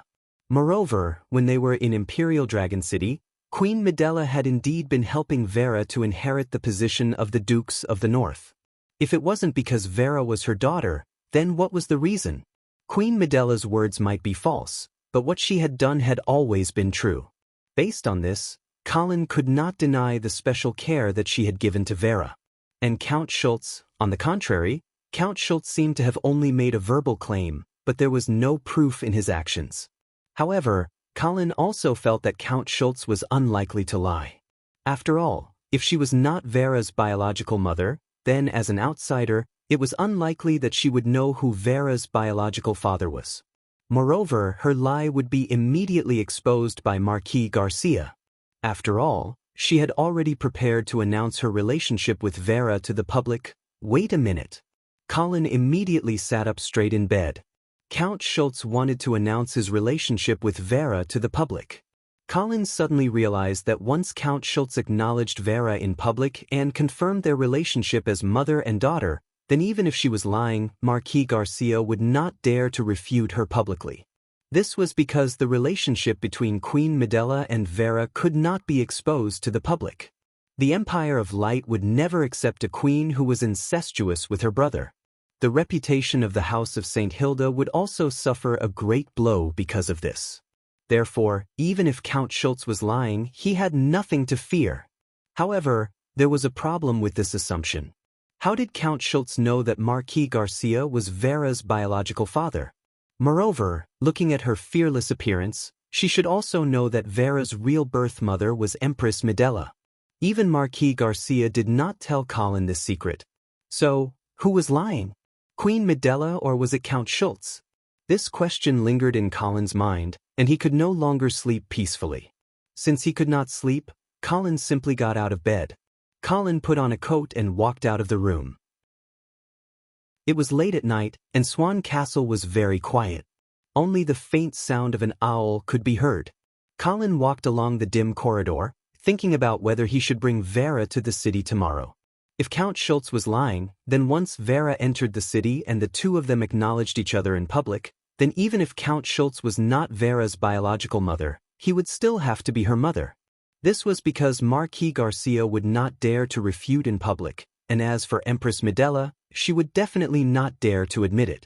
As he thought about this, Colin suddenly felt that he should not bring Vera into the city. At the very least, he should ask Marquis Garcia first. If Count Schultz was really Vera's biological mother, then Colin could bring her to Winter City to meet Vera. There was no need to rush. After making up his mind, Colin's mood was much more relaxed. Just as he was about to return to his room to rest, he smelled the faint smell of blood again. Colin narrowed his eyes. This was because he realized that the smell of blood was exactly the same as the one he had smelled in the confessional of the Glory Church in Swan City not long ago. Following the smell, Colin quickened his pace. Not long after, he found that he had returned to the open balcony where he had talked to Count Schultz earlier. The cold moonlight shone on Colin's face, reflecting his uncertain expression. Colin looked at the dark lake outside the balcony, which looked like the mouth of an abyss, and a sneer appeared on his lips. Count Schultz, it seems that you are not a good person after all. Early the next morning, when the sky was just beginning to brighten, several maids who were fetching water from the lake saw Colin and his entourage riding back to the camp. Good morning, Lord Viscounts. Good morning, is the Duke still asleep? Not yet. Colin nodded at the maids before he entered the camp and went straight to Vera's tent. As expected, the new Duke of the Northern region was still sleeping soundly. Colin bent down and gently kissed her fair and smooth forehead. Vera's long eyelashes fluttered a few times before she opened her eyes in a daze. When she saw that it was Colin, she snorted a few times before she hugged his arm and used it as a pillow. Colin, why are you back so early? Colin stretched out his hand and ran his fingers through Vera's soft hair before he said gently, I am here to say goodbye to you. I have to return to Swan City later. Vera sat up straight and wrapped her arms around Colin's neck before she asked, Have you found Bishop John yet? Not yet. I have also found some interesting things here that require further investigation. So, you should return to Winter City first. Okay. Vera was a little reluctant to part with Colin. She leaned forward and gave him a deep kiss. After a while, Colin took out a letter from his pocket and handed it to Vera.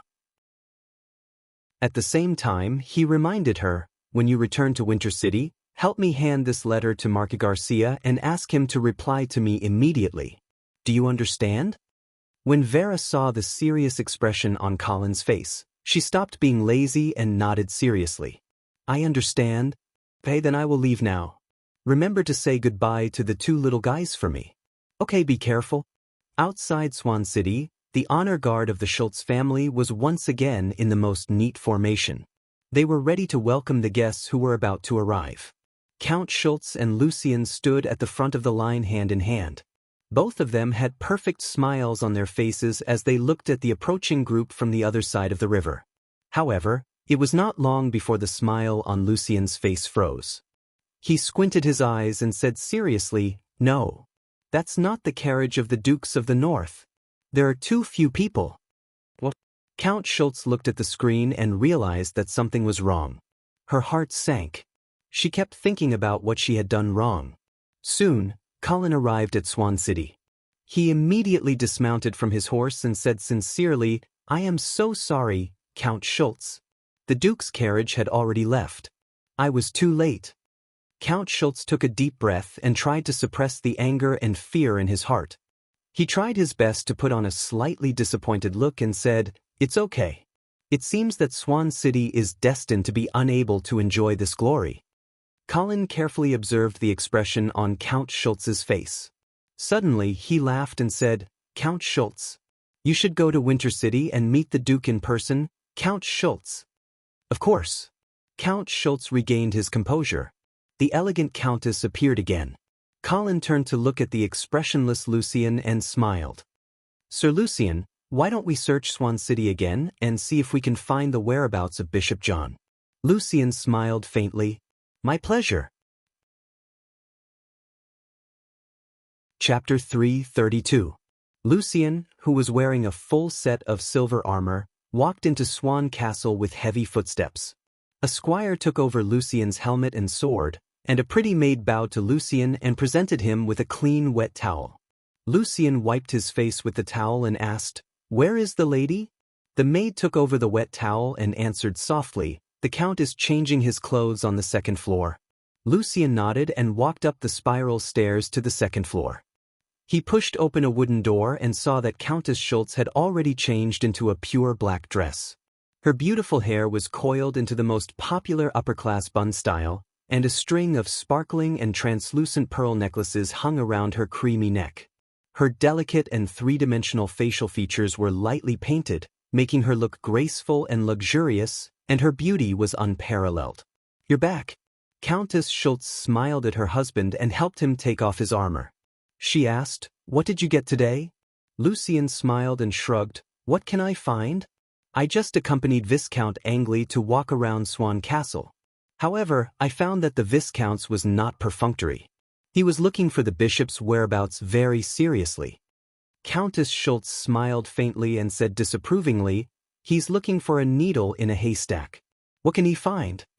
Lucien frowned and said, "I think he might have found something. Otherwise, he wouldn't be so focused all the time, as if he was really looking for clues." Countess Schultz's hands paused for a second, and her face became a bit serious. "Did he find something?" Lucien shook his head, "I don't know. However, since he didn't want Vera to come to Swan City to meet you, he must have some suspicions." Count Schultz frowned and said in confusion, "I can't figure out what went wrong that made him suspicious." Lucien said his guess while taking off his armor. "Maybe he already knows the identity of Vera's real mother?" "I don't think so." Count Schultz shook his head. "Since that person is so sure that Marquis Garcia would not stand up to refute me, it means that the identity of Vera's biological mother is extremely sensitive.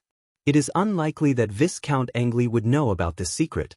Lucien could not help but ask curiously, "Did that person say anything about Vera's real mother?" "He only said that Vera's real biological mother did not dare to acknowledge Vera at all." Lucien rubbed his chin as if he was trying to figure out who Vera's real mother was. Seeing this, Count Schultz reminded him, "All right, stop guessing. If you're worried that Viscount Angley has discovered something, you can test him during the banquet later." Lucien nodded and said, "Okay, I'll go wash up and change into clean clothes." Dong dong dong. At this moment, there was a sudden knock on the door. "Come in," Count Schultz said loudly, and then the butler pushed the door open and walked in. The butler first greeted the Count and his wife, and then reported, "My lord, Viscount Angley wants to visit Swan Castle." "Visit? I think he wants to search the castle," Lucien said with a cold face. Count Schultz's eyes also narrowed, but she soon returned to normal. She said to the butler, "Please ask Viscount Angley to wait for a while. I'll accompany him to visit Swan Castle." "Yes, my lady," the butler replied and closed the door again. Lucien's eyes flashed with a dangerous light, and he said coldly, "Did he really find something?" Count Schultz patted her husband's strong chest and comforted him. "If he really found something, he should pretend that he knows nothing, and then quietly leave Swan Castle to ask for help from Winter. He shouldn't have alerted us like this." Lucien nodded and felt that his wife was right. Then he restrained his aura. "Then what are you going to do? If he wants to visit, then I'll accompany him," Count Schultz said indifferently. Lucien understood his wife's meaning. He nodded and said, "Okay, you go accompany him. I'll go ask that guy to move his nest." Count Schultz nodded, and then said in a warning tone, "You'd better be respectful in front of that guy." Do you really think he's the Duke of St. Hilda? Lucien sneered. Except for his appearance, his attitude, his tone, and some of his habits are completely different from the real Duke of St. Hilda. Although I don't know what's going on with his appearance, he can't fool those who really know the Duke of St. Hilda. Count Schultz said with a deep meaning, he has the face of a duke, and he has the strength of a duke. Why can't he be the Duke of St. Hilda? Strength? The look on Lucien's face became even more disdainful. With his current condition, I can chop his head off in an hourglass. Never underestimate the power of a saint knight, Lucien. Count Schultz's face became serious, even though he's still injured. If you really dare to provoke him, you won't end well. Seeing that Lucien was still not convinced, Count Schultz's eyes became serious. You promised me, Lucien. Don't go back on your words. Of course I remember my promise. I just hope you won't forget yours, Lucien responded coldly. Count Schultz looked into his husband's eyes seriously and nodded. Of course I won't forget. That's good. But I still have to remind you, don't be fooled by the title of Duchess. It's just an empty promise. Count Schultz nodded solemnly and said, of course, I know what I'm doing. I won't completely trust that Duke of St. Hilda, who I don't know if he's real or not. That's good. Lucien put on his half-taken armor again and said, you go deal with Viscount Angli first. I'll take care of the Duke of St. Hilda. Count Schultz nodded and walked out of the room. Swan Castle was a Gothic-style building with a large number of pointed roof designs. It was tall, thin, and thick. The outer walls were painted white, which complemented the green Swan Lake. It had a strong visual impact and was unforgettable. The castle was more than 30 meters high, with 7 floors and more than 200 rooms. It would take Lucien more than half a day to visit them one by one. Under the guidance of Count Schultz, Colin only skimmed through the castle. Viscount Angli, this is the main castle. There are 2 side castles behind, as well as warehouses, stables, farms, and so on. Do you want to continue? Standing in the main hall of Swan Castle, Colin glanced around, as if he was admiring the decorations around. Seeing Count Schultz pointing at the door, Lucien did not immediately go forward. Instead, he stamped his feet and asked with a smile, my lord, is there no basement under the main castle? Of course there is. At this time, Lucien walked in. He must have just taken a shower and changed into a black suit. He smiled at Colin. There's a wine cellar and a storage room. Would you like to have a look, my Lord Viscounts? Colin nodded his head and said, of course. Chapter 333. Following the mottled stone steps, Colin followed Count Schultz to the basement of Swan Castle. 2 attendants led the way in front and lit up the braziers embedded in the stone wall in advance. The flames lit up the dark and gloomy corridor. Due to the lack of ventilation, the air in the basement was extremely turbid. The smell of wine, grass, and a faint smell of rot mixed together, making one feel suffocated. Soon, they reached the end of the corridor and arrived at a spacious underground space. Count Schultz pointed at the wooden doors in front of him and asked, Viscount Angli, there are 7 rooms here. Which one do you want to see first? Colin glanced around the wooden doors and pointed at the one in the middle casually. Is this the wine cellar? Count Schultz smiled gently. Also, it contains the most precious wine of Swan Castle. Then I would like to see it. Count Schultz nodded at the attendant calmly and signaled for him to open the door. With a slightly ear-piercing creak, the wooden door slowly opened, and a strong smell of wine wafted out. Colin's eyes lit up. He seemed to be attracted by the smell of wine and immediately strode in. Count Schultz also followed him in. At the same time, he pointed at the rows of wine shelves in the room and introduced them. Viscount Angli, these are the best wines from the Winst Highlands. The deeper you go, the older they are. If you like, you can pick one for the banquet later. I don't know much about wine. Why don't you pick one for me? As Colin walked in, he looked around casually, as if he was really attracted by the wine in the room. But in fact, he had already smelled the familiar faint smell of blood. Bishop John's disappearance was indeed related to the Schultz family. Also, the Schultz family and the Morrison family were probably related.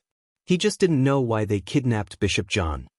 Viscount Angley, if I were you, I would pick that row of wine.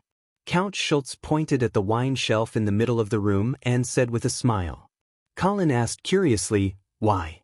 First of all, grape wine isn't suitable for immediate consumption when it's just produced. It's best to store it for 4 to 5 years to get rid of its sourness. The wine in this row is the work of the Winst Manor from 4 years ago. Furthermore, the weather that year was warm and the precipitation was abundant. The quality of the grapes was very good, and I believe that you will be able to taste the most wonderful flavor. After listening to Count Schultz's explanation, Colin nodded, not fully understanding. He strode forward, ready to pick a random one and leave. Anyway, he had already achieved the goal of this trip. He had confirmed that the Schultz family was indeed scheming as he had guessed. However, just as he picked a bottle of wine and was about to leave, he caught sight of the other side of the wine rack from the corner of his eye. His entire body froze in that instant. Viscount Angley, have you made your choice?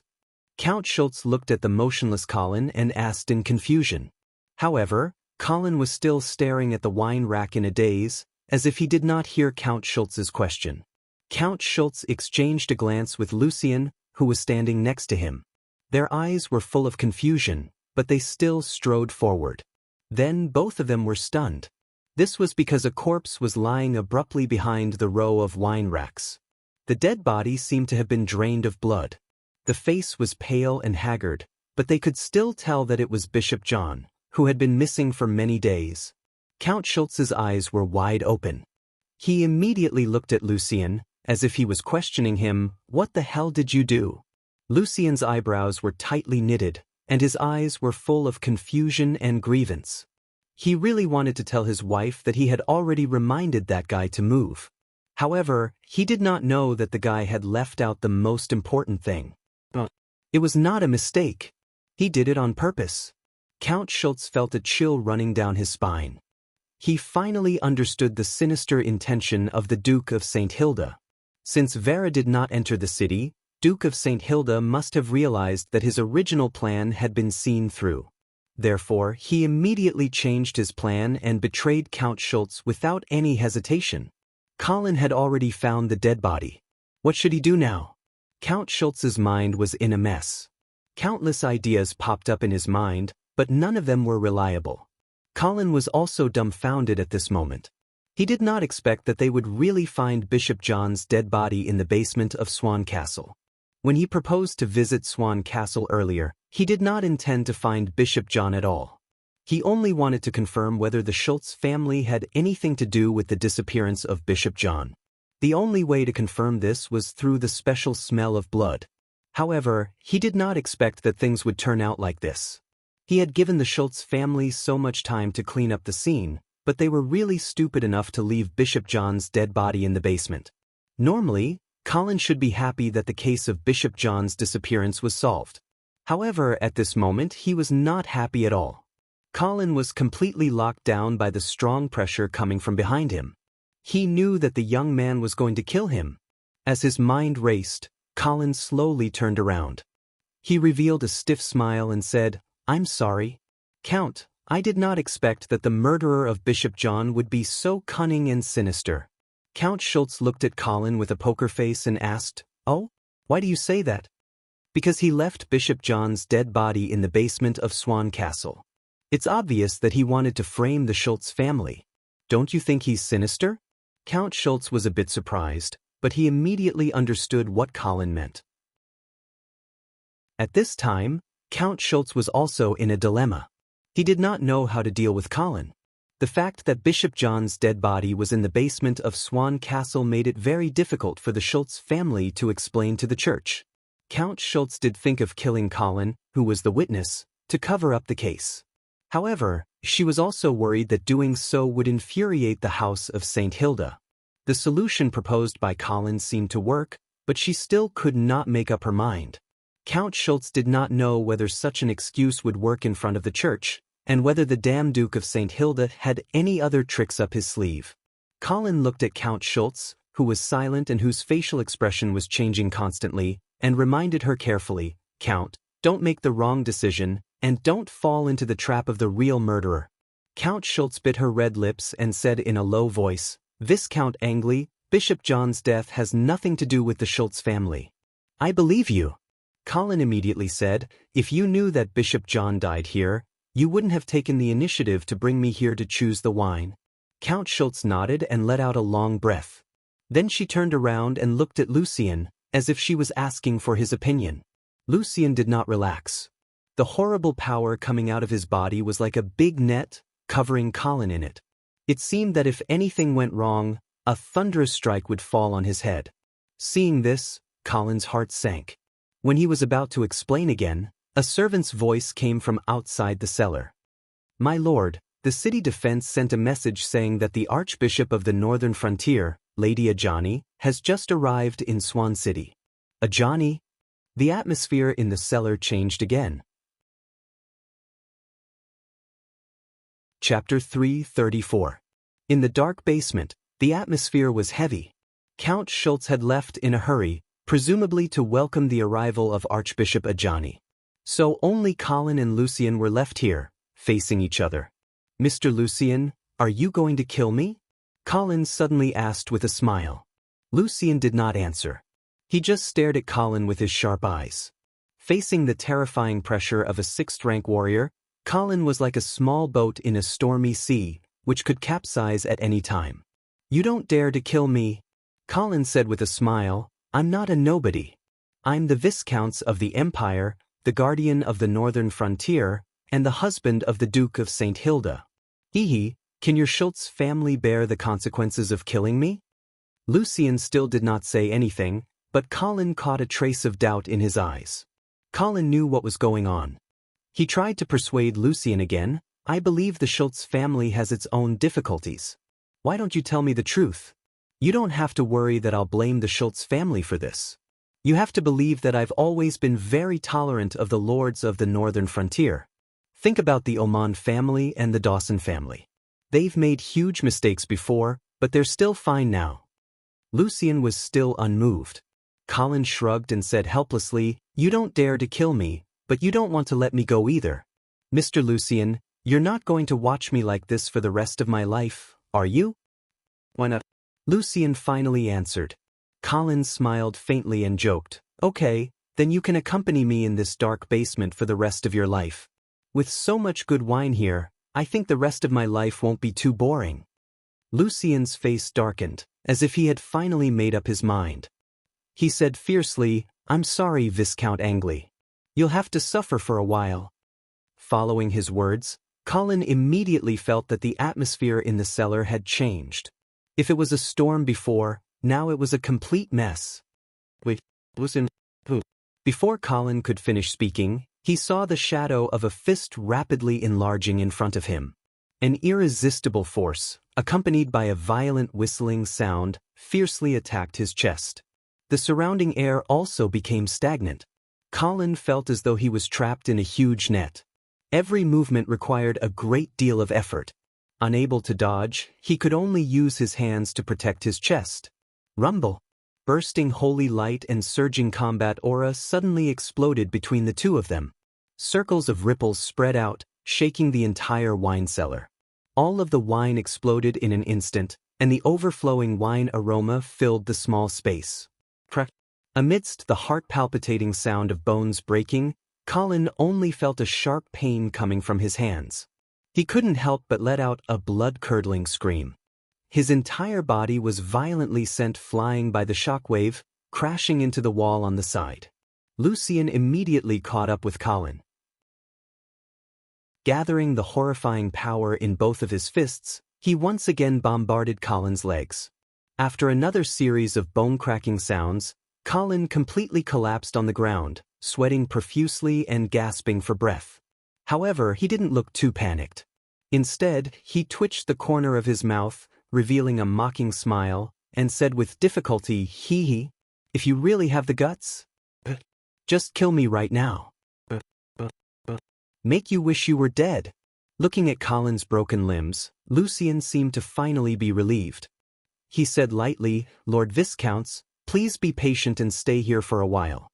When the Schultz family finds out the real culprit behind Bishop John's murder, we'll come and apologize to you."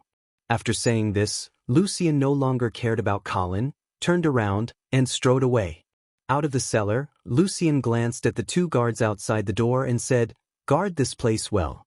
Except for the Count and me, don't let anyone come close." The two guards hurriedly replied. They also heard the noise in the cellar just now. They were not stupid and had already guessed some things, but they didn't dare to ask more questions. After Lucien's figure disappeared at the end of the stone steps, the cellar returned to silence. But not long after, a series of cracking sounds came from the cellar, as if the wine bottles were broken, followed by a horrifying scream. Then, the cellar returned to silence. The two guards looked at each other and saw the confusion in each other's eyes. "What's going on?" One of them couldn't help but ask in a low voice. "I don't know." The other one shook his head, and a trace of worry appeared on his face. "That person? Nothing happened to him, right?" Of course, they knew who the person inside was, and they also knew that the person was of noble status. "If anything happened, should I go in and take a look?" "Yes, go ahead. I'll guard the door for you." One of the guards then pushed the door open and entered the cellar. The cellar was in a mess. Collapsed wine shelves and broken wine bottles were everywhere, and the air was filled with the strong smell of wine. And at the innermost corner of the cellar, Viscount Angley was lying on the ground, motionless. "Sir Viscounts?" The guard called out a few times, but he didn't get any response. He carefully walked forward and called out a few more times, but there was still no response from Colin. The guard was a little flustered. He bent down and patted Colin's shoulder. "Viscounts, swish." In an instant, Colin, who had been motionless, suddenly raised his head and opened his bloody mouth. His ferocious fangs shone with a cold light under the dim candlelight. "Ah!" The guard let out a short cry, and then he found that all his strength and blood were rapidly flowing out of his body through the arm that was bitten by Angley. He opened his mouth wide and wanted to shout for help, but he found that he could only make a low huff. As the blood was sucked in, Colin's body rapidly swelled. His broken bones were also healing at an unnatural speed. A pair of large bat wings extended from his back, instantly filling up the small space in the cellar. Seeing that his companion didn't respond, the guard outside carefully opened the door to the cellar. And then he saw a scene that he would never forget. In the dining hall on the third floor of Swan Castle, a young maid walked in with light steps, serving plate after plate of delicacies on the long table. Count Schultz had an elegant smile on his face as he said politely, "Your Excellency, it must have been hard for you to come all the way to Swan City. Please have a taste of the delicacies that the Schultz family has prepared for you." Akani smiled and thanked the Count. Her beautiful eyes glanced around the hall, and she asked curiously, "Count Schultz, I met Mr. Schultz on my way back from Dragon City." "Count, I met Duke St. Hilda on the way here. She told me that Viscount Angeli stayed in Swan City to help with the investigation of Bishop John's disappearance. Why didn't I see him?" Count Schultz's expression did not change. He smiled and said, "Your Excellency, it's a pity that the Viscounts just left this afternoon." "Really? That's a pity." Akani nodded, as if she believed the Count. "Then what about your husband? He's not in Swan Castle either?" Akani asked again. When Count Schultz was thinking about how to explain, he saw a figure walking into the dining hall from the corner of his eye. He immediately smiled and said, "Lucien, what took you so long? The Archbishop just asked about you." Lucien walked into the dining hall and bowed to Akani. He explained with a smile, "I'm sorry, Your Excellency. Just now, a thief sneaked into the basement and wanted to steal some wine. I went to deal with him. That's why I'm late." Akani stood up and bowed back. She smiled and said, "A thief dares to steal from Swan Castle? How bold." "I know, right? Maybe it's because the wine in Swan Castle's cellar is too famous that it attracted greedy eyes." Count Schultz smiled and said, as they talked and laughed, the atmosphere of the banquet gradually became more lively. However, not long after, the butler hurried in and whispered something in Lucien's ear. Then, Lucien's face changed. "What's wrong?" Akani asked curiously. Lucien smiled and pretended to be calm. He said, "Nothing. I just didn't expect that the thief who stole the wine had an accomplice who saved him. Then he wiped his mouth with a napkin and stood up. I'm really sorry, Your Excellency. I have to go catch the thief who escaped. I'm afraid I won't be able to enjoy the rest of the dinner with you. Akane was confused. Mr. Lucien, it's just a thief. Do you really need to go catch him yourself? That thief has some skills, and the family guards have disappointed me too much. So, I still have to chase after him personally. I've made a fool of myself. Akane smiled and waved her hand, indicating that Count Schultz could do as he pleased. Lucien then winked at Count Schultz and strode out of the dining hall. Count Schultz was very nervous, but on the surface he forced himself to be calm.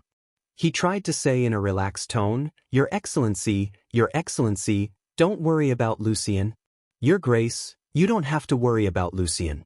Let's enjoy the banquet. Akane took a deep look at the Countess beside her and smiled. Okay.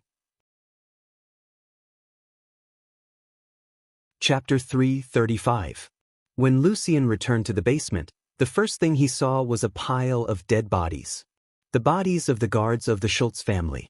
As for Colin and Bishop John, their corpses had already disappeared. Lucien tried his best to suppress his anger and asked the butler, what happened? The butler explained carefully, My lord, I was not there, but the guard who came to report to me said that not long after you left, there was a scream in the basement. Then the guards in the hall went into the basement to check, and one of them was sent to report to me. I came here as soon as I received the report, but I found that the 30 guards who went into the basement were all killed, and Viscount Angley was nowhere to be found. However, I guess that they haven't escaped from Swan Castle yet. Lucien's eyes lit up, and he quickly asked, Oh? Because the guards did not find anyone going in or out of the castle. So, unless they can fly, they must still be in the castle. Send people to search the whole castle. Yes, my lord. When the first ray of the morning sun shone on the castle, Lucien was still standing at the entrance of the basement, in the same posture as last night. Lucien heard the familiar footsteps behind him. He turned around and saw Count Schultz walking towards him with a cup of coffee. Do you want to take a rest? Count Schultz handed the coffee to his husband and asked. No thanks. Lucien shook his head and drank the coffee in one gulp. Although he did not sleep last night, it did not seem to affect him much. He was still in high spirits. However, the worry in his eyes did not disappear. Seeing this, Count Schultz felt even more depressed. He asked, Still nothing? Lucien shook his head. When he was about to say something, the captain of the guards, Knight Brett, hurried over. Knight Brett was refreshed and asked, How is it? Did you find anything? Knight Brett saluted first and then reported, My lord, Mr. Lucien, the guards have finished searching the castle, but they still did not find Viscount Angley. However, we found some blood stains on the wall on the east side of the castle. Count Schultz asked anxiously, So, they escaped from Swan Castle from there? That should be the case. Lucien frowned and asked in an unfriendly tone, Then tell me, how did they climb over the wall without alerting the patrolling guards? Furthermore, you're carrying a cripple with broken limbs? Knight Brett was stunned. He lowered his head and said, You don't know. Lucien snorted and ordered, Inform the city guards immediately to close all the gates of the castle. No one is allowed in or out. You will personally lead a team of guards and follow me to search the city. Sir, my lord, said Knight Brett to be prepared. Count Schultz's brow furrowed. Who saved Viscount Angeli? Is it the Duke of St? Lucien's face was gloomy as he said coldly, No matter who it is, I will bring them back. The night of the castle to the castle to the castle to the castle.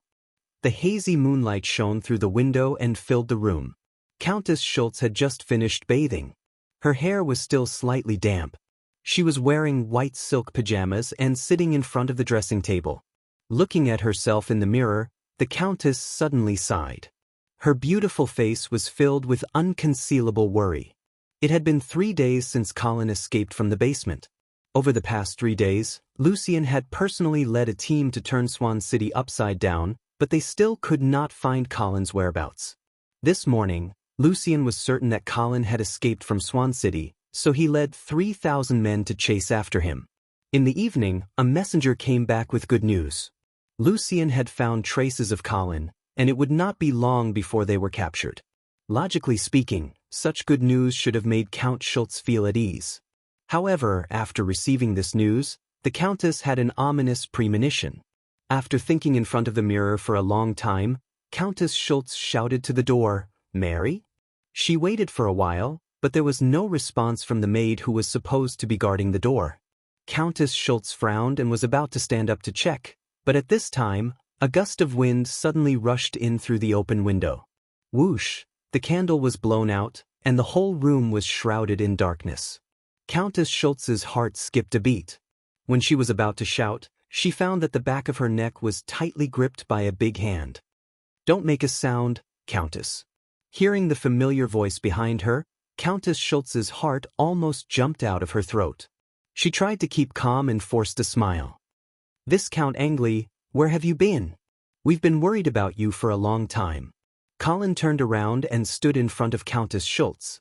Under the soft moonlight, he looked at the beautiful Countess in front of him from head to toe. Their posture was quite ambiguous, as if they were lovers hugging each other under the moonlight. Of course, if Colin's big hand was not gripping the back of Countess Schultz's neck tightly, "Countess Schultz, I can't accept your husband's hospitality, so I chose to stay away from him for now. Viscount Angley, I apologize for what Lucien did to you before. But please believe me, the Schultz family means you and the House of St. Hilda no harm. If you're still angry, I can make it up to you." Countess Schultz's tone became ambiguous, and her body slowly moved closer to Colin. Facing the seduction of this mature and beautiful countess, Colin was not moved at all. He even increased the strength of his hand, as if he was going to crush Countess Schultz's delicate and slender neck. Countess Schultz groaned in pain, and she did not dare to do it again. She only looked at Colin with her big, watery eyes as if she had been wronged. The touch of tenderness and charm in her eyes seemed to be able to melt steel. Unfortunately, it was unable to move Colin. He only heard him coldly say instead. He said coldly, "Countess Schultz, please tell me the truth." "Viscount Angley, I admit that Lucien did go too far, but he was just worried that you might misunderstand the Schultz family." "Misunderstand?" Colin sneered and interrupted Countess Schultz's sophistry. "Don't tell me that you had nothing to do with Bishop John's death, and don't tell me that you didn't try to trick Vera into coming to the city. Also, do you really think that I don't know who Vera's real mother is?" Countess Schultz's heart skipped a beat. She finally understood why she was exposed. She wanted nothing more than to tear that damned Duke St. Hilda to shreds. Not only did that impostor give her a lousy idea, he even pushed the Schultz family into a fire pit when he saw that things were going south. Perhaps, from the very beginning, this Duke of St. Hilda wanted the Schultz family to become enemies with the House of St. Hilda. Countess Schultz found herself in a dilemma. It was impossible for her to lie. After all, Colin had seen through her trick from the very beginning. However, she did not dare to tell the truth. The Schultz family could not bear the consequences of telling the truth. She had pretended to be the mother of the Dukes of the North and helped to murder Bishop John. Countess Schultz did not believe that Colin, or the House of St. Hilda, would let her go. Looking at the struggling Countess Schultz, Colin opened his mouth again. "Countess Schultz, as I said before, I am a merciful person. As long as you are willing to tell the truth, I will forgive all your sins.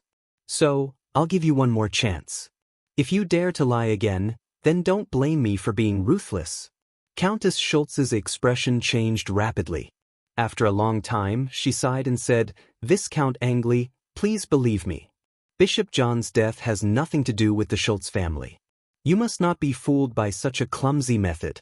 Also, I am really Vera's biological mother.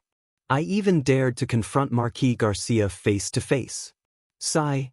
Colin let out a long sigh.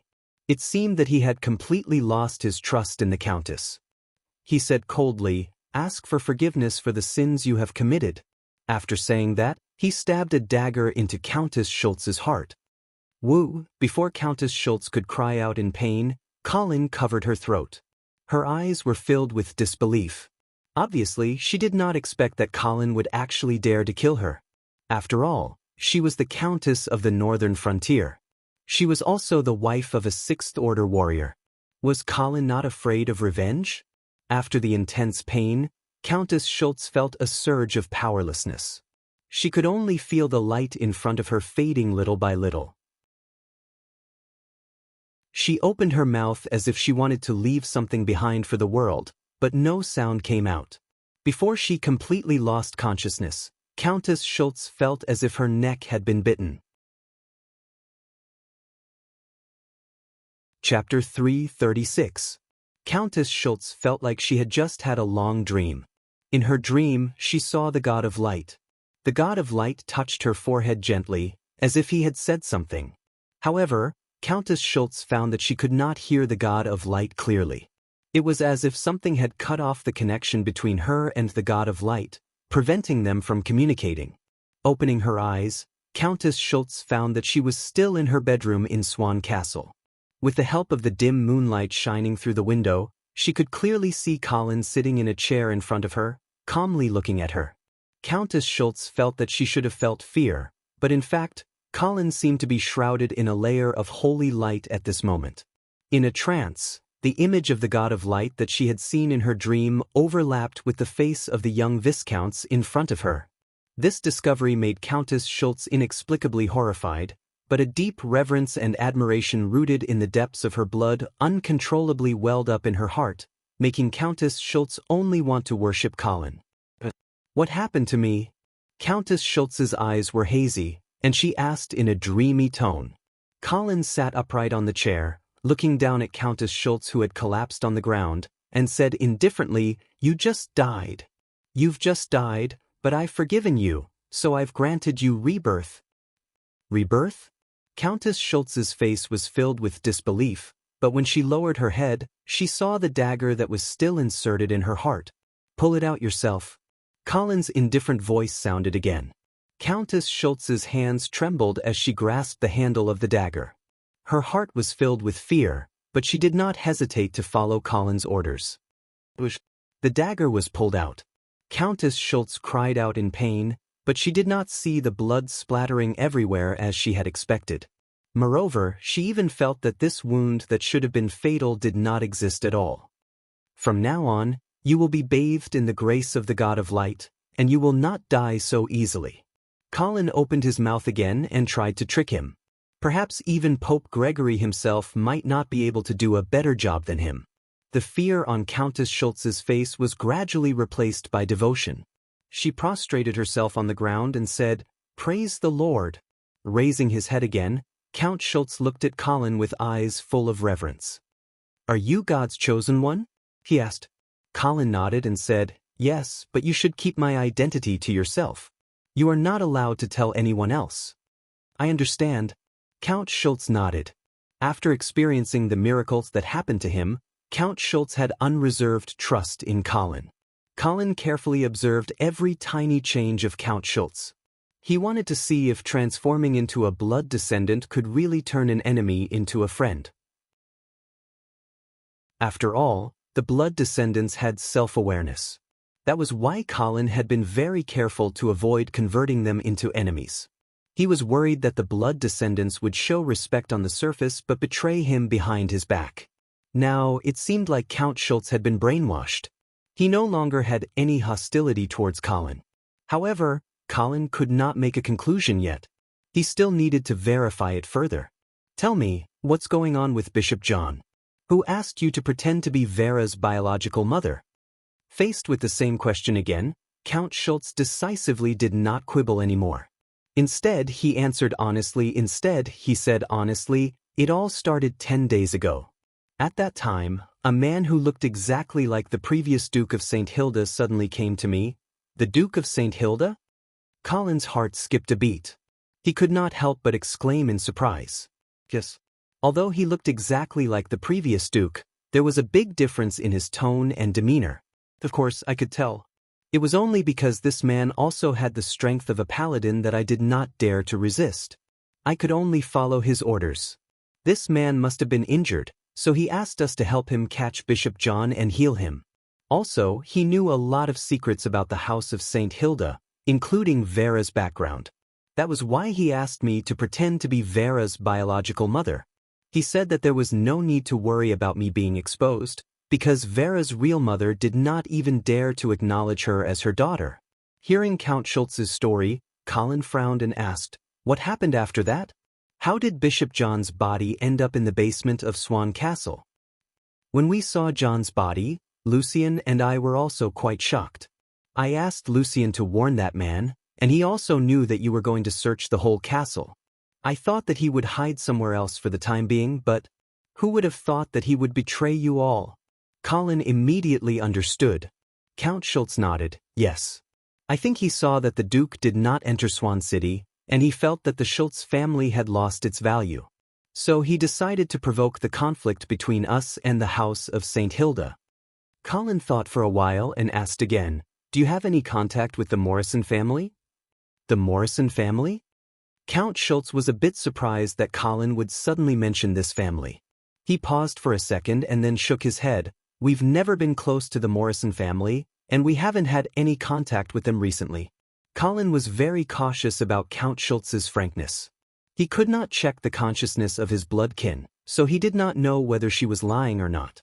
However, judging from what Count Schultz said earlier, Colin was inclined to believe that she was telling the truth. After all, if she wanted to lie, she would not have made up a story about the Duke of St. Hilda coming back from the dead. It was too unbelievable. If she was telling the truth, then what was going on with this Duke of St. Hilda? Could it be that the Morrison family had really resurrected the Duke of St. Hilda? Colin could not help but think of the strange blood pool under the clock tower of Phoenix Butterfly Castle. But then, he remembered that Count Schultz had said that this Duke of St. Hilda's demeanor, tone, habits, and so on were different from the real Duke. So, perhaps he had not come back from the dead, but came back from the dead in someone else's body. At this moment, Colin suddenly remembered Prince Lexi's reminder that Mr. Chi was not dead. Thinking of this, those isolated doubts seemed to be strung together by a string. Although this conjecture was too unbelievable, it seemed to be the most reasonable explanation. Mr. Chi had used the corpse of the Duke of St. Hilda to come back to life. Colin suddenly felt a bone-piercing chill. That terrifying person who had plunged the northern frontier into misery and suffering was actually still hiding in some corner, and could come out at any time to stir up another bloody storm. Perhaps the Schultz family was the result of the other party's small experiment. Colin narrowed his eyes and forced himself to calm down. He knew that Mr. Chi was not invulnerable. At least, the other party only dared to hide in the shadows now, even if he had already taken over the body of a holy knight. That's right.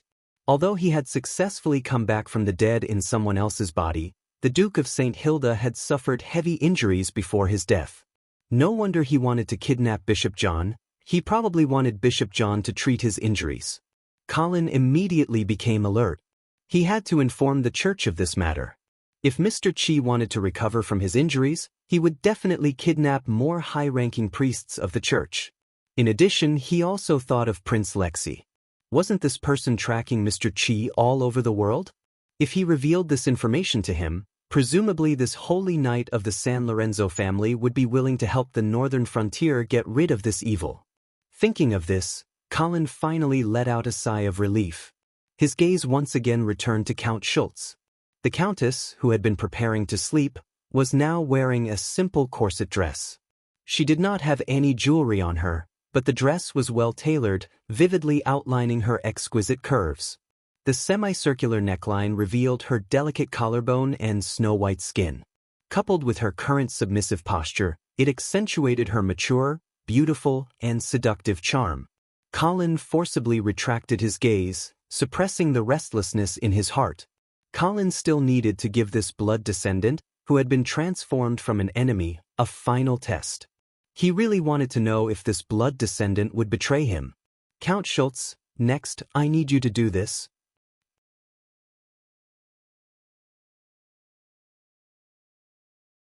Chapter 337. The sun was setting in the west, and the sky was getting dark. The guards of the Schultz family had set up a temporary camp on a small hill. They had left Swan City for 4 days, and in these 4 days, the area within a radius of a few hundred miles around Swan City had been thoroughly searched, but there was still nothing to be found. Lucien's patience seemed to be running out, and his temper was getting worse. Seeing this, the guards all avoided this lord, and even their footsteps were much lighter, afraid that they would get into trouble and become the target of his anger. Bonfires rose in the camp, and the orange tongues of the flames licked at the mutton on the iron rack, but they only tasted the hot oil dripping down. Lucien sat in front of the bonfire expressionlessly and took a golden roasted leg of mutton. Ignoring the heat, he began to bite into it. The retainer hurriedly and carefully handed over the wine flask and then retreated. After a few steps, the faint sound of horse hooves could be heard from the entrance of the camp, and then a messenger hurried over. Lucien frowned at the man's attire and asked, "You're from Swan City?" The messenger hurriedly stepped forward and bowed, saying, "Yes, my lord. The count has sent me to deliver a letter to you." As he spoke, he passed the letter to Lucien. Lucien opened it and saw that it was indeed a letter from Count Schultz himself. After quickly skimming through it, he stood up in surprise, his face filled with undisguised ecstasy. Seeing this, the retainer tactfully asked, "My lord, is there any good news?" "We found him, and he's actually hiding in Swan Castle."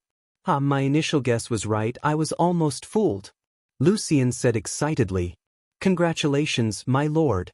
Pass down my orders, rest for the night, and return to Swan City tomorrow." "Yes, my lord." Swan Castle. Archbishop Ajani was led into a guest hall by a maid. However, she did not see Count Schultz, who had invited her here. Instead, she saw someone else. Viscount Angley? Ajani looked at Colin in surprise. "Didn't you already leave Swan City?" Colin smiled bitterly and said, "Sigh, someone doesn't want me to leave just like that." Akani pointed at the wheelchair under Colin and asked, "Are you injured?" Colin pretended to sigh and nodded his head. Then he pointed at a corner of the living room with his chin and said, "I'm quite lucky. What happened to Cardinal John was truly regrettable." Only then did Ajani notice that there was a coffin in the living room. She seemed to have realized something and walked over with a grave expression. Then she saw Bishop John lying inside the coffin. "Who did this?" Ajani's tone turned cold. "Lucien." "Lucien?" Ashani cried out in surprise. In addition to anger, there was also a trace of fear that could not be concealed. "That's right." Colin nodded and said solemnly, "Lucien colluded with outsiders and killed Cardinal John. After I discovered the clues, I was wounded and imprisoned in the basement. Fortunately, Count Schultz found out in time and rescued me." Ajani's eyes flashed. She asked doubtfully, "So, Count Schultz betrayed her husband and saved you?" As a devout believer of light, an upright knight of the northern region, and an honorable count of the empire, she has chosen to abandon the darkness and embrace the light. "Is there a problem with that?" Colin asked with a straight face. "Of course not." Ajani suppressed her doubts and asked, "Then what about Count Schultz? Can I see her?" "She's right next door, waiting for Lucien's return." Ajani's expression changed. She asked somewhat nervously, "What does she want?" Of course, she wants to question her husband why he betrayed his faith and glory. Ajani looked at Colin's righteous face and her heart was filled with doubt. After a while, she said in a low voice, "Lucien is a rank 6 warrior." "If he's angered," Colin snorted and interrupted her, "Your Excellency, are you afraid of the tyrannical power of a rank 6 warrior?" Ajani took a deep breath and regained her composure. She said, "Of course not. Under the glory of our Lord, no evil can escape from the judgment." "That's good." Colin looked at the Archbishop in front of him with a smile. "Count Schultz will expose Lucien's crime later and draw a clear line between them. The reason why I invited you here is that I hope you can be a witness." Seeing Colin's calm face, Ajani seemed to have realized something, so she stopped worrying. After thinking for a while, Ajani asked again, "You said that Lucien colluded with outsiders to murder Cardinal John. Who is this outsider? And why did he murder Cardinal John?" "It's the former Duke of St. Hilda." "Who?" Ajani thought Colin was joking. But Colin said seriously, "That's right. The Duke of St. Hilda, who was supposed to be dead, has come back to life. However, I suspect that the one who came back to life is not the Duke himself, but Mr. Shui, who used some unknown forbidden spell to take over the Duke's body and come back to life. Ajani's eyes widened as she stared blankly at Colin. She obviously felt that everything he said was too unbelievable. Seeing this, Colin added calmly, "This is just my guess. It's up to you to believe it or not. However, I'm sure you know that Prince Lacey is currently at the northern frontier, and the reason he is here is because of Mr. Shui." Ajani fell into deep thought. She knew that the Duke of St. Hilda's body was stolen. After all, she was the one who personally presided over his funeral. Moreover, she had also heard about Prince Lacey. Therefore, even though Colin's guess was somewhat shocking, Ajani felt that it was very likely to be the truth of the matter.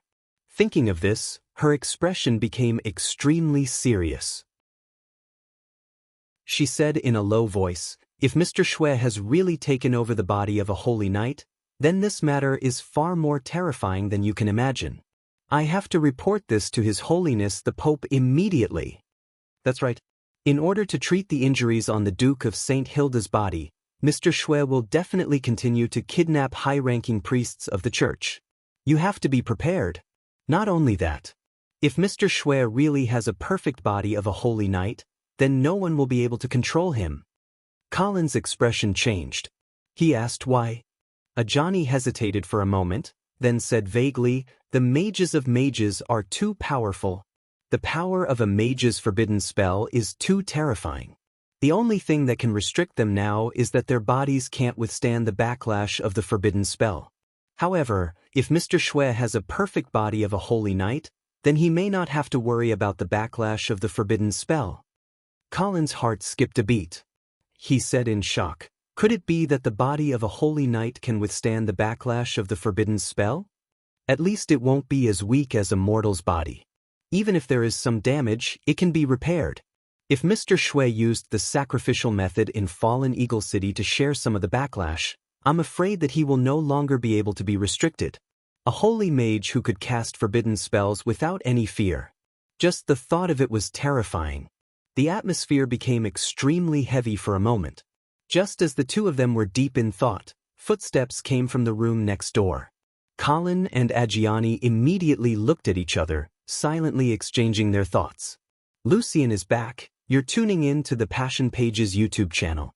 We're so grateful for your support, and don't forget to subscribe to join us on this incredible journey through captivating stories. Your generosity through donations truly makes a world of difference, as it's the primary source of revenue that allows me to expand and enhance this channel for you. Thank you from the bottom of my heart for being a part of this adventure.